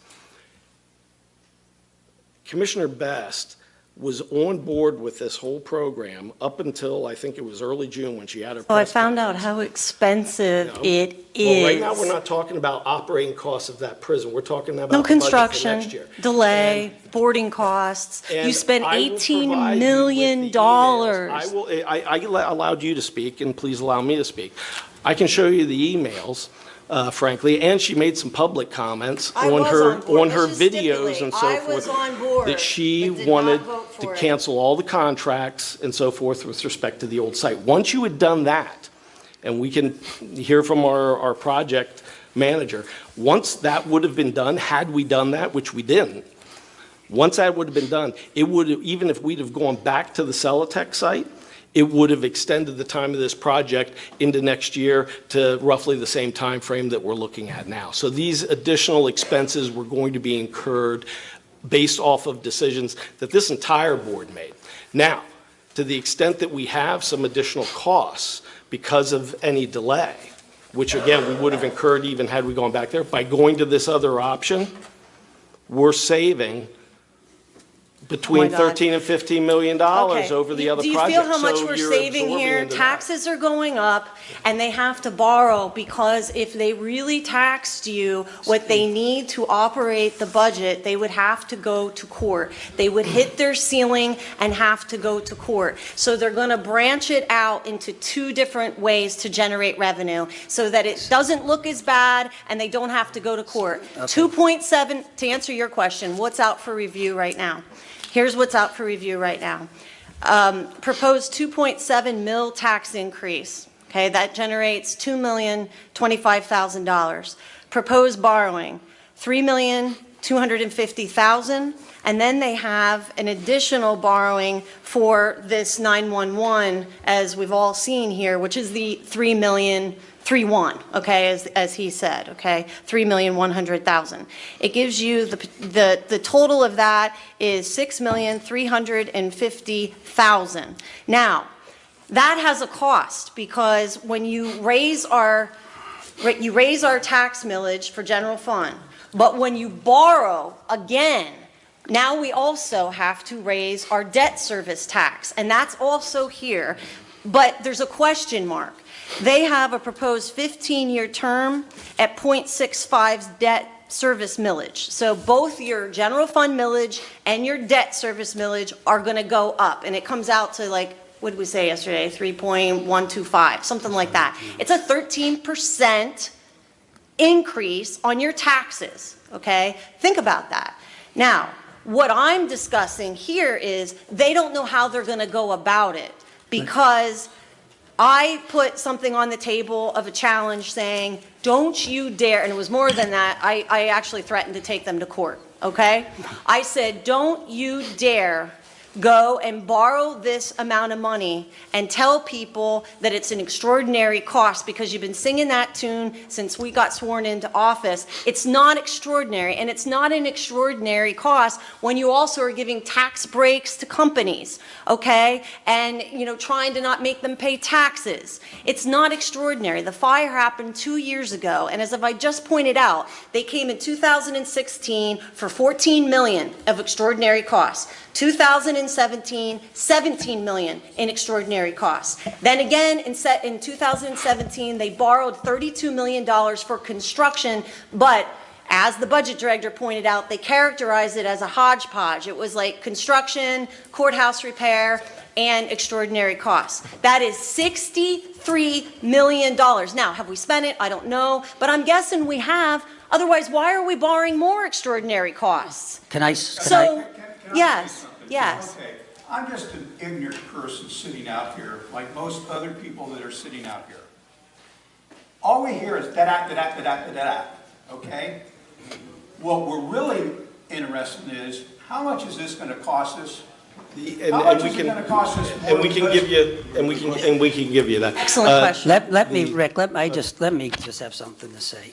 The extraordinary costs that we're talking about would have occurred no matter where, if the prison was built up at the site now, or whether it was built here at Celotex. We still would have had the same boarding cost as we would have either place. So saying one or the other, it wouldn't have mattered. If we would have went back to the Celotex in June of 16, we would have the same extraordinary cost as we would up there. So that shouldn't even be something discussed. And if anybody wants me to explain why, I can explain it now. I can explain it in my office. But the timeline would be the same. That's not true. And frankly, Okay, well, Ms. Best. Look, wait a minute. I have a ledger here. I have a ledger here. All I'm asking is, and I don't care, you know, because what's happened is happened. Correct. We gotta get the prison, we're in it, Right. that's it, okay? We're stuck with that, okay?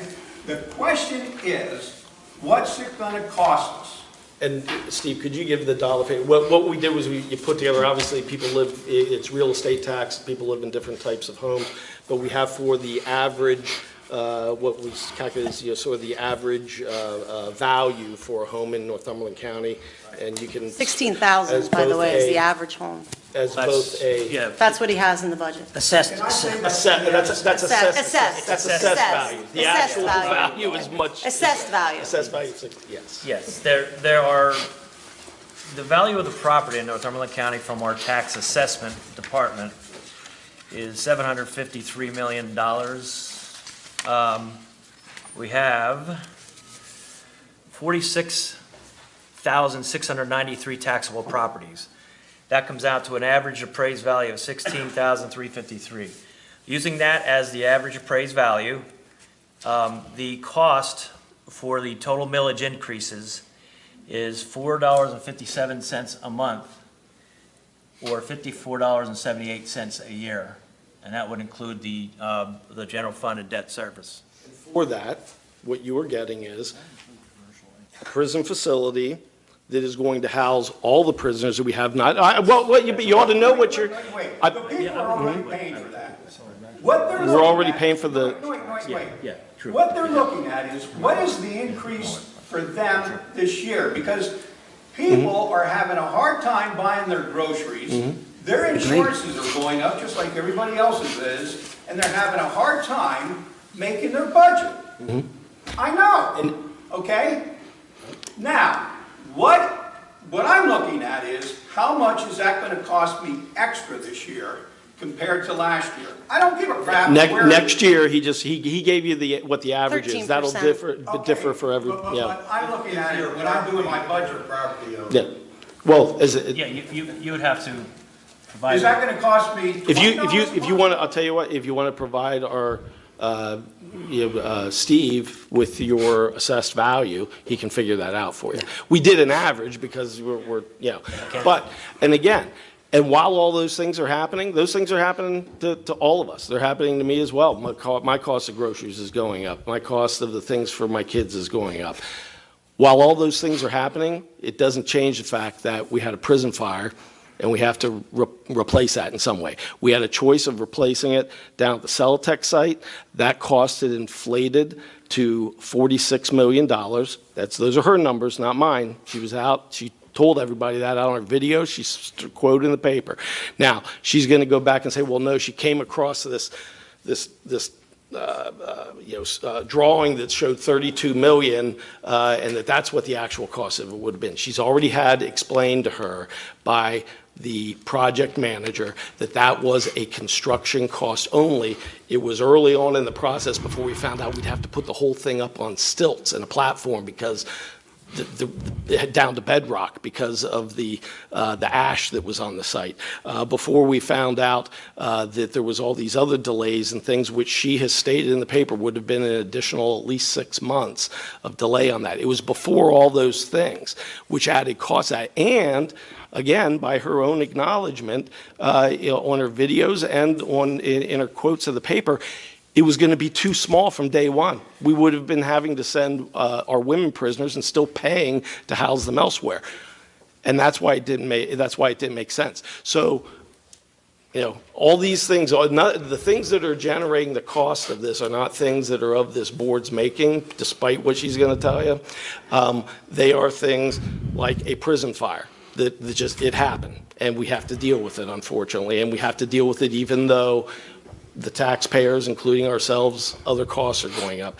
We have a 911 system that the prior board decided to go on the cheap for. If you remember, I was pretty critical of what was going on at the time, and I didn't approve that contract.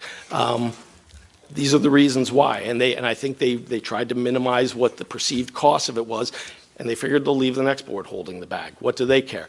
So we have right now a 911 system that is not working, so it's affecting the safety of our residents, and it's coming, as you see, at a pretty steep cost. Those are things that we have to address. The timeline, and again, I want to say the timeline for either site, whether it was down there or where we are now, was almost exactly the same. So the extraordinary cost for boarding the prisoners would have occurred no matter where the prison was built. The difference is the prison up here, when it's finished, is going to save somewhere around between $10 and $15 million. I want to make this very clear. Let's stipulate to what they say that it would have taken an extra year. Let's just. I actually have proof I'm finishing. Here. I actually, go ahead. I actually have proof here. Proof here. If anyone would like to see, if you would like me to get up and to show you that the timeline is exactly the same. This proof is not from me. This proof is emails that were made during the time all three of us were agreeable on going up there. And if we would have stopped this in June and suspended everything, what the timeline would have been for the prison down here. The finish time would have been very close to the same date.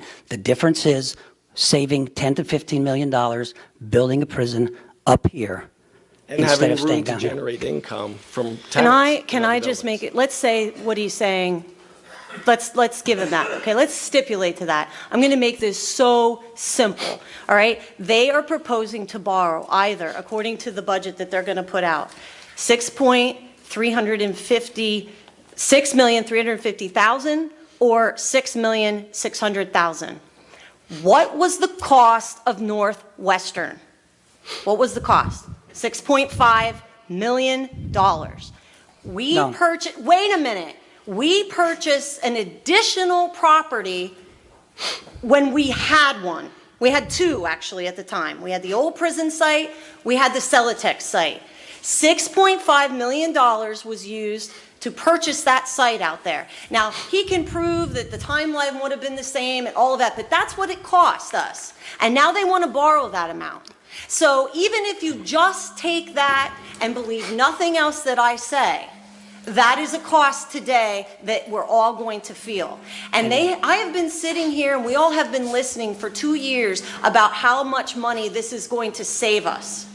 We have spent $18 million. 6.5 of that was to purchase that piece of property.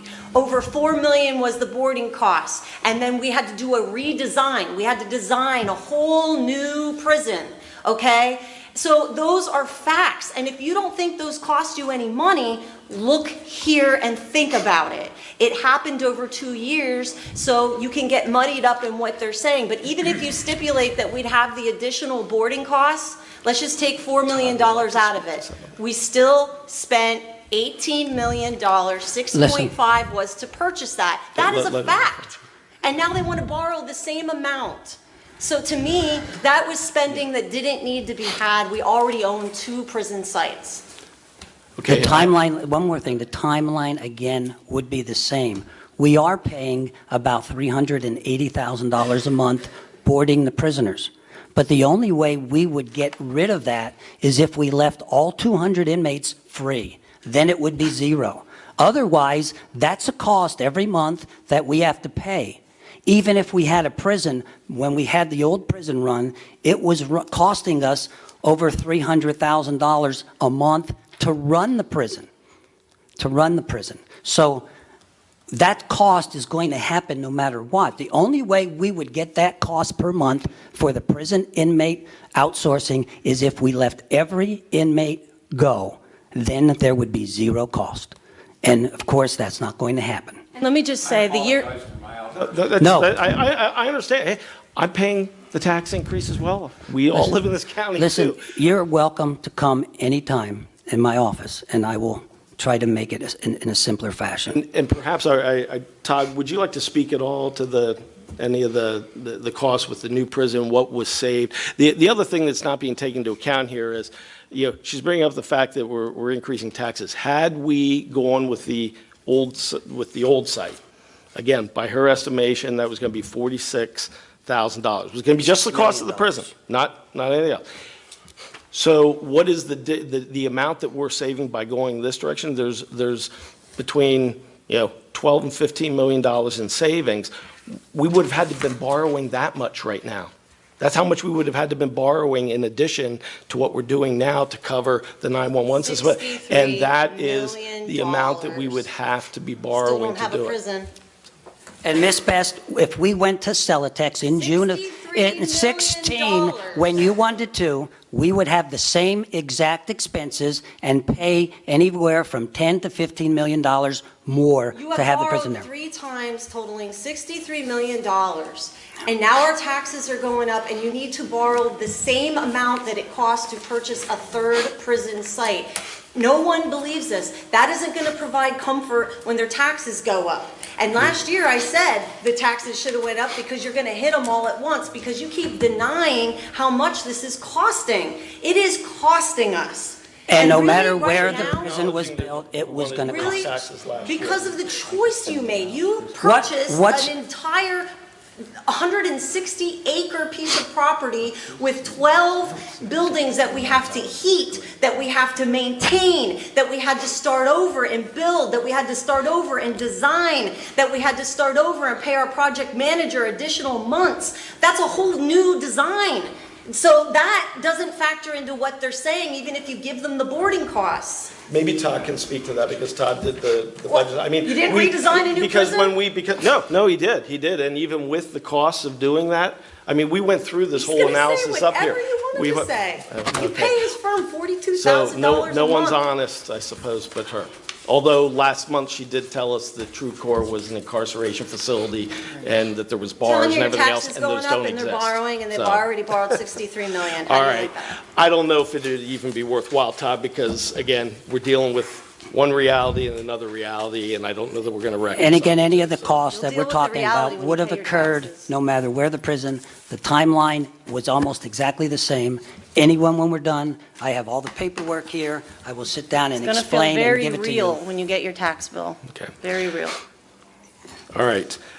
So there has been a motion and a second, and we've had certainly plenty of discussion. If there's no other discussion, is all in favor state aye? Aye. Aye. Any opposed? Opposed. One opposed. Motion carries. Motions need to ratify the closing of all non-mandated county offices at 1 p.m. on Thanksgiving Eve, Wednesday, November 22nd, 2017. Is there a motion? So moved. Second? Motion made second on the question. All in favor state aye. Aye. Aye. Any opposed? Motion carries. Motion is needed to close all non-mandated county offices at 3 p.m.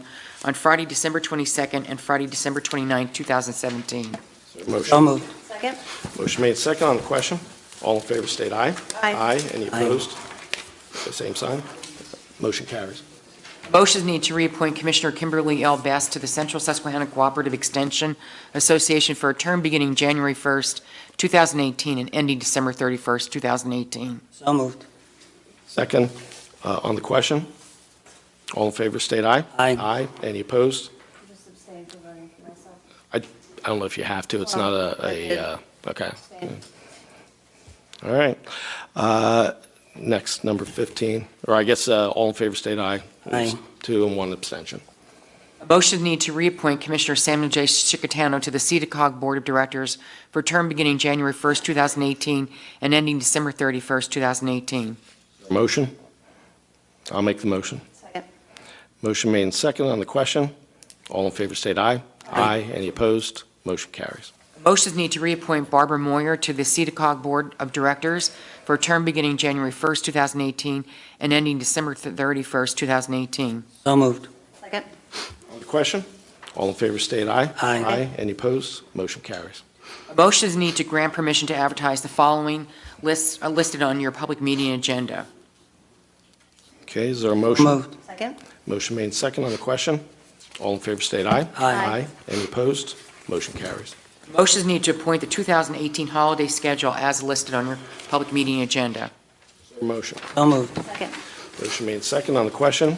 All in favor state aye. Aye. Any opposed? Motion carries. A motion is needed to adopt the 2018 Northumberland County pay schedule as submitted by the Human Resource Department. Is there a motion? So moved. Second? Motion made and second on the question. All in favor state aye. Aye. Any opposed? Motion carries. A motion is needed authorizing payment of approximately $551,891.65 to retirees for health and welfare benefits for the year 2017 as submitted by the Controller's Office. Motion So moved. Second? made and second on the question. All in favor state aye. Aye. Any opposed? Motion carries. Motion is needed to ratify the settlement refund in the amount of $6,174.27 to SNL Services for parcel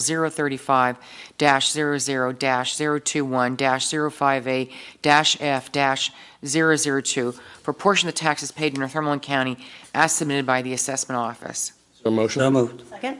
Made and second on the question. All in favor state aye. State aye. Aye. Oh, I'm sorry. Quickly, I just want Yep. it on the record that that is a court settlement. Okay. All right. Thanks, Tiff. Thank you. It was aye, and any opposed, same sign. Motion carries. Motion is needed authorizing payment for approximately $94,574.98 for the 2017 medical waivers as submitted by the Human Resource Department. Is there a motion? So moved. Second? Motion made second on the question. All in favor state aye. Aye. Any opposed? Motion carries. Motion is needed to approve the agreement for the Pennsylvania Social Service Union, PSSU Local 668, for the period of June 1st, 2017 to June 30th, 2020 ratification. Motion So moved. Second? on the question. All in favor state aye. Aye. Motion carries. Motion is needed to reappoint Donald Furster, Benny Snyder, Thomas Boop, and Dave Becker to the Agricultural Land Preservation Board for terms beginning January 1st, 2018 and ending December 31st, 2020, and to reappoint William Geist as chair for a term beginning January 1st, 2018 and ending December 31st, 2018. Motion So moved. Second? on the question. All in favor state aye. Aye. Any opposed? Motion carries. Motion is needed authorizing donation of a 2006 Ford Expedition to the Trevor Ambulance Company on behalf of the public safety. Motion. So moved. Second? Motion made second on the question. All in favor state aye. Aye. Aye. Any opposed? Motion carries. Motion is needed authorizing an overpayment in taxes in the amount of $22.19 to Ross and Gretchen Fagley, Milton, as submitted by the Assessment Office. Motion So moved. Second? on the question. All in favor state aye. Aye. Any opposed? Motion carries. Motion is needed to approve a memorandum of understanding between the County of Northumberland and the Cambria County Prison to house youthful offenders between the ages of 15 and 18. Ratification. Is there a motion? So moved. Second? Motion made second on the question. All in favor state aye. Aye. Aye. Motion carries. Motion is needed to approve Section 504 grievance procedure for Northumberland County on behalf of CEDACOG. Is there a motion? So moved. Second? Motion made and seconded on the question. All in favor, state aye. Aye. Aye. Motion carries. A motion is needed authorizing the Commissioners to sign the Pennsylvania Commission on Crime and Delinquency, PCCD, grant and aid for the PACTT program on behalf of juvenile court in the amount of $19,995 for an extension period of December 31st, 2017 to March 31st, 2018. So moved. Second? Motion made and seconded on the question. All in favor, state aye. Aye. Aye. Any opposed? Motion carries.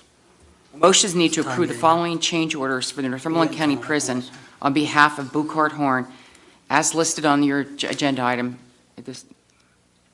Is there a motion? So moved. Okay, I'll second. On the question, Commissioner Chickatana would ask me, Todd, I didn't know if you wanted to speak to these at all.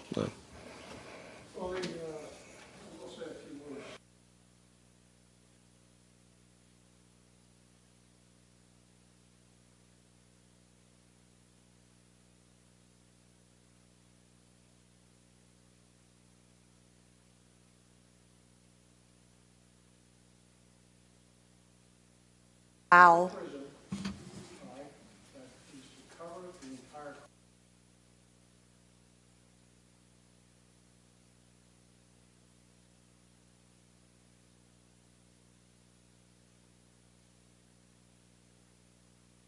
Wow. I'm sorry, Todd, what would you say that, in terms of the amount that the borrowing? 63 million and 32 last. Borrowing was 32 million, but remember, we had $2 million worth of a refinancing wrapped up in that too, so the borrowing for prison operations. 32 million, you said 60. It was, yeah. Yeah. Hasn't been spent yet, is what you said. Not all of it. Do you know how much hasn't been spent? It would, of the prison borrowing, how much has yet to be spent? There's $63 million unaccounted for. 32, did you say, for the prison? For, he's pointing to you, so I No, don't know. I understand. I have to research where you're coming up with the 63 million. I'm only responding to what's left of the 29 million. The fact that it hasn't been spent yet and it's being held in account to be spent down as we build the prison does not mean it's unaccounted for. think any of this is funny. Well, It's not I think it's funny. pretty funny that you would characterize that amount of money as being unaccounted for as I though didn't, it had I gone asked him, missing and he somewhere. said he'd have to You know, go this is and look. Similar to That's what when he said. when we had the money that came in on the pipeline thing. I saw out on your Facebook page, you were encouraging Okay, people Rick- to believe that it had Todd, are you disappeared, that we done? had done something else with it. Sod, is that amount you're saying, would that have occurred no matter where the prison was built? Yes. Okay, thank you. Okay, yeah, go ahead. Finish. We have roughly $19 million left for the future prison costs. I think we've only had like 3 major months of construction bills, so we still have the majority of that bond issue remaining yet. All right, so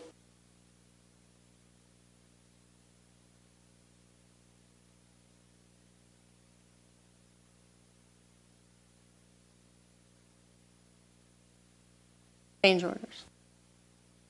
Contingency. Contingencies.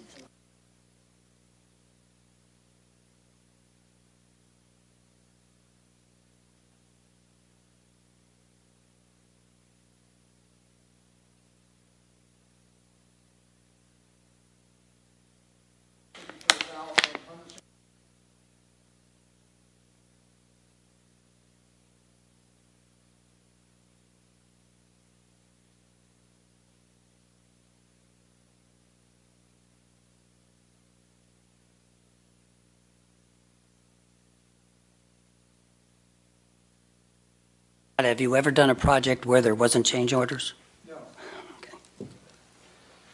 Thank you. No. There is I guess we made the motion in the second. Anything further on the question? Okay, all in favor, say aye. Aye. Aye. Any opposed? Opposed. One opposed, motion carries. A motion is needed to approve the following honorary letter. Mr. and Mrs. John Campbell of Sunbury, 50th wedding anniversary. Is there a motion? So moved. Second? Motion made and second on the question. All in favor, state aye. Aye. Any opposed? Motion carries. Motion is needed authorizing travel requests and attendance at the following workshop seminars as in accordance with the county's personnel manual travel reimbursement policy as listed on your public meeting agenda. Motion. So moved. Second? Motion made second on the question.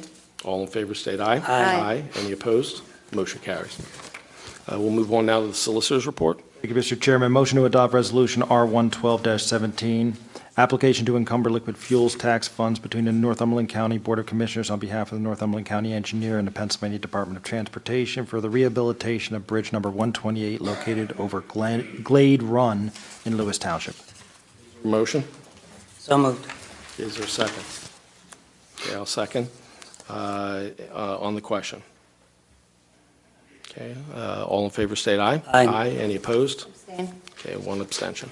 Motion to adopt Resolution R113-17, lease agreement between the Northumberland County Commissioners and Dave Burgess for the leasing of a room located at 326 North 2nd Street, Sunbury, to be used for storage. Is there a motion? So moved. Second? Motion made and seconded on the question. All in favor state aye. Aye. Any opposed? Motion carries. Motion to adopt Resolution R114-17, grant agreement between the Northumberland County Commissioners on behalf of the Northumberland County Emergency Management Agency and the Pennsylvania Emergency Management Agency for the 2016-17 Emergency Management Performance Grant, EMPG, in the amount of $70,268 to support the approved personnel costs within the department. This is a ratification. Motion? So moved. Second? Motion made and seconded on the question. All in favor state aye. Aye. Any opposed? Motion carries. Motion to adopt Resolution R115-17, professional service agreement between the Northumberland County Board of Commissioners and Appraisal and Marketing Associates Incorporated on behalf of the Assessment Office for assistance with assessments and appraisals of various types of properties. Is there a motion? So moved. Is there a second? I'll second. On the question. Is his rate the same as last year? Actually, we had a flat rate before, and now we're going hourly. And after talking it over with the assessment office, it appears that that would be advantageous to the county to do it on an hourly rate, in the opinion of the assessor's office. So that's why there is that change. So there's been a motion and a second. If there's nothing further on the question, all in favor state aye. Aye. Any opposed? Motion carries. Motion to adopt Resolution R116-17, resolution appointing Human Resource Director Joseph Piccarelli as Section 504 Compliance Officer for Northumberland County on behalf of CEDACOG. Is there a motion? So moved. Second? Motion made and seconded on the question. All in favor state aye. Aye. Any opposed? Motion carries. Motion to adopt Resolution R117-17, Commissioners' Budget Amendments as listed. Is there a motion? So moved. Is there a second? I'll second. On the question? Okay, all in favor state aye. Aye. Any opposed? Abstain. One abstention. Motion carries. Motion to adopt Resolution R118-17, Agreements, Amendments, Revisions, Grants, Leases, and Reports between the Northumberland County Commissioners on behalf of the Human, Senior, and Social Services and the named service providers as listed, numbers 1 through 5. The above agreements, amendments, revisions, grants, leases, and reports is not with county employees, nor does their organizational contract list county employees as their principals in their corporation or on their board of directors. Is there a motion? So moved. Okay, is there a second? I'll second. On the question? All in favor state aye. Aye. Any opposed? Abstain. One abstention. Motion carries. Is there any old business come before the board? None? Any new business? I just have one matter. Repeatedly, you refer to things being discussed in your publicly advertised workshop meetings. The Sunshine Act requires that you take meeting minutes and they be available for public review, and also then put on a later public motion for acceptance of those meeting minutes. So I would like to put a motion that we do that. I'll refer that to our solicitor for an explanation of what the requirements of the Sunshine Act regarding meeting minutes The question for whether, work sessions. As per, I think it's 65, section 65708. Is this the one that was posted to the paper? Because that dealt with special meetings, which is different than a No, work session. workshop. Well, the They one have them the as one I read off of what advertised was there was special Public meetings. meetings. it's an advertised meeting I'm not sure if a workshop fits within the definition of a public meeting under the thing. Those are. They are But- available They to are. the public, we advertise They are. them, but Well, they're they aren't- publicly there's no- open, but But they there's don't a- fit within, yes. there's a the definition of definition public meeting. which is one at which I don't actions being know taken. They don't whether fall or under any not exception. there is, I don't know whether or not they qualify as a public meeting per se under the act, so I would ask that I just be given some time to research that, and I will give you guys an opinion as to whether or not you need to take minutes and approve minutes. See, the problem is, where would you approve the minutes of the work session Public at meeting. the public meeting? They don't fall under any exception. I'll research that. Thank you. Has that been done at any point in the past? No. Okay. Thank you. Is there any public input? Okay. Two things quick. Going back to the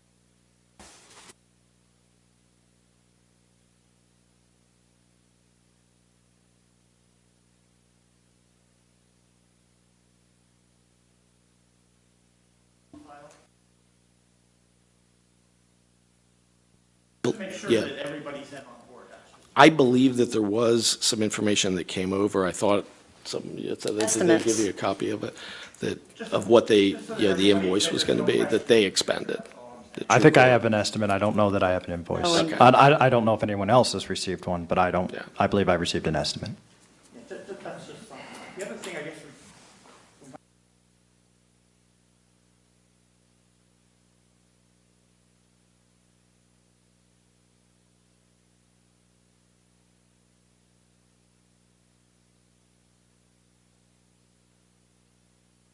my understanding always was that that's something that is, again, something that happens.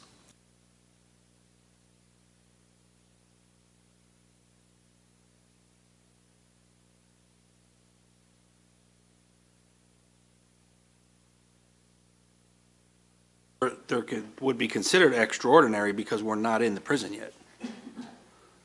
But you could also, you budgeting it as part of the operating costs of the system, of the incarceration. But and as of last night, Like I said, my understanding was if you're expecting a windfall from a settlement under county principle, general county principles, you would list that. income. You're not guaranteed it yet.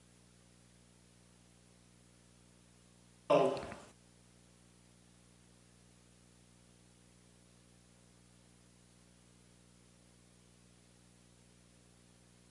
May not want the to, county principles. well, you may not want to You're consider. 2 years beyond, shouldn't be at least in this third-year budget. Well, right, for the third-year budget, though, you're looking at, if we're looking at increasing taxes to be able to pay for those expenses, we want to realize that these are one-year expenses. They're not going to be here in 19.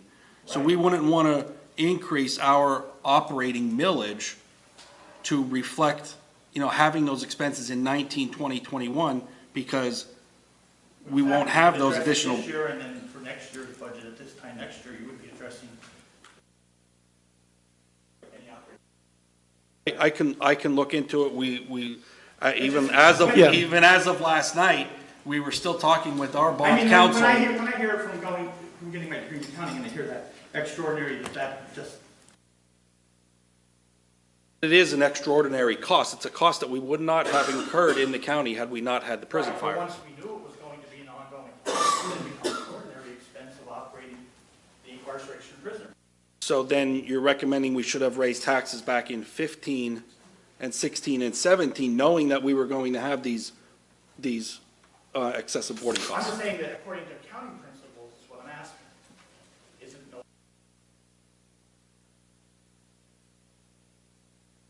I think that, and just to speak to a bit, and I understand what you're saying. We're referring to them as extraordinary in that they were created by an event that would not have been anticipated, which was and so that was kind of when we talked with our financing, the firm that we do our finance through, as well as the bond counsel who's been involved with our borrowings, we wanted to look at what is an appropriate way to handle that. And what they had indicated is that for something like that, you could borrow. A similar situation was back in now this one could have been avoided, but back when we had the, I think it was in 15, the Boris Jones lawsuit payout. That was something, frankly, was totally avoidable, but it wasn't avoided. That board, the majority board voted to take a borrowing out to pay for that, as opposed to, you're increasing your taxes the next year to pay for it. What we were doing, frankly, to your earlier point, Mr. Stroh, is looking at how the different ways, the options we have of handling these things in a way to minimize the tax impact to our taxpayers. And by viewing it as an extraordinary cost and using a financing to cover that. And in fact, going back and you're looking at over the course of even this year, what amounts weren't covered by the insurance because they underinsured, and we didn't, so it wasn't, and then you have the prison fire, it isn't anticipated.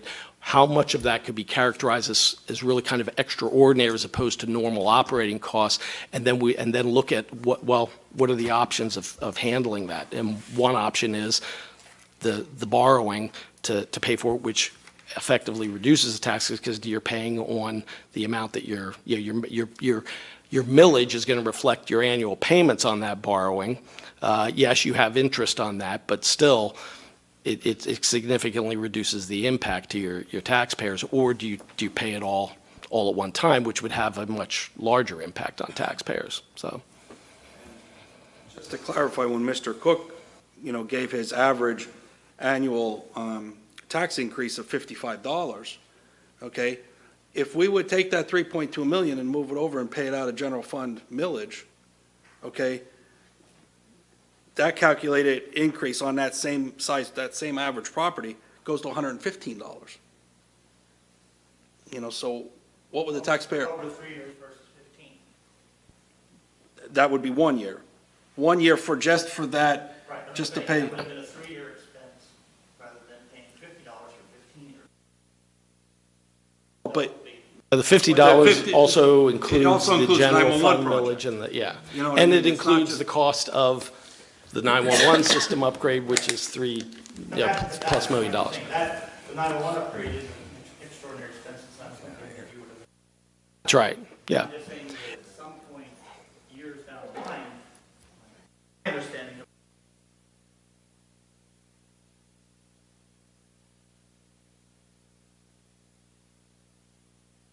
That was why we've had it reviewed by our finance people and our, as to what's appropriate in handling it. that was my understanding while I was in school, and that was, it just, the term bothered me more than anything else. How it's worked out for you guys. There's also the term thrown out there, working capital too, which takes the extraordinary, and that's what our bond counsel has been researching to make sure that in the eyes of DCED, that we do account for this the right We don't way. want to get into a future That's correct. trouble down the line. Anything, any other further public input? I would just like to remind anyone on Thursday, I will be up at the construction site at 12 o'clock. I will go to the TrueCore buildings. If there's anyone in press, anyone in the public that would like to go up and see exactly what we've been talking about, you're welcome to come. Yes. Find a bar or a fence, let me know. Do you know which because which I building? don't think that they're there.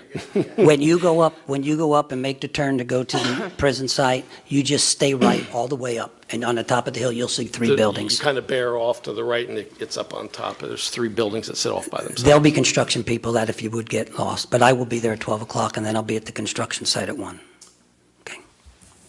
I think the sign, is the building bridges sign still up there? I don't think it is. I think they Okay, took those okay, things I was going to say that could be a road mark for you.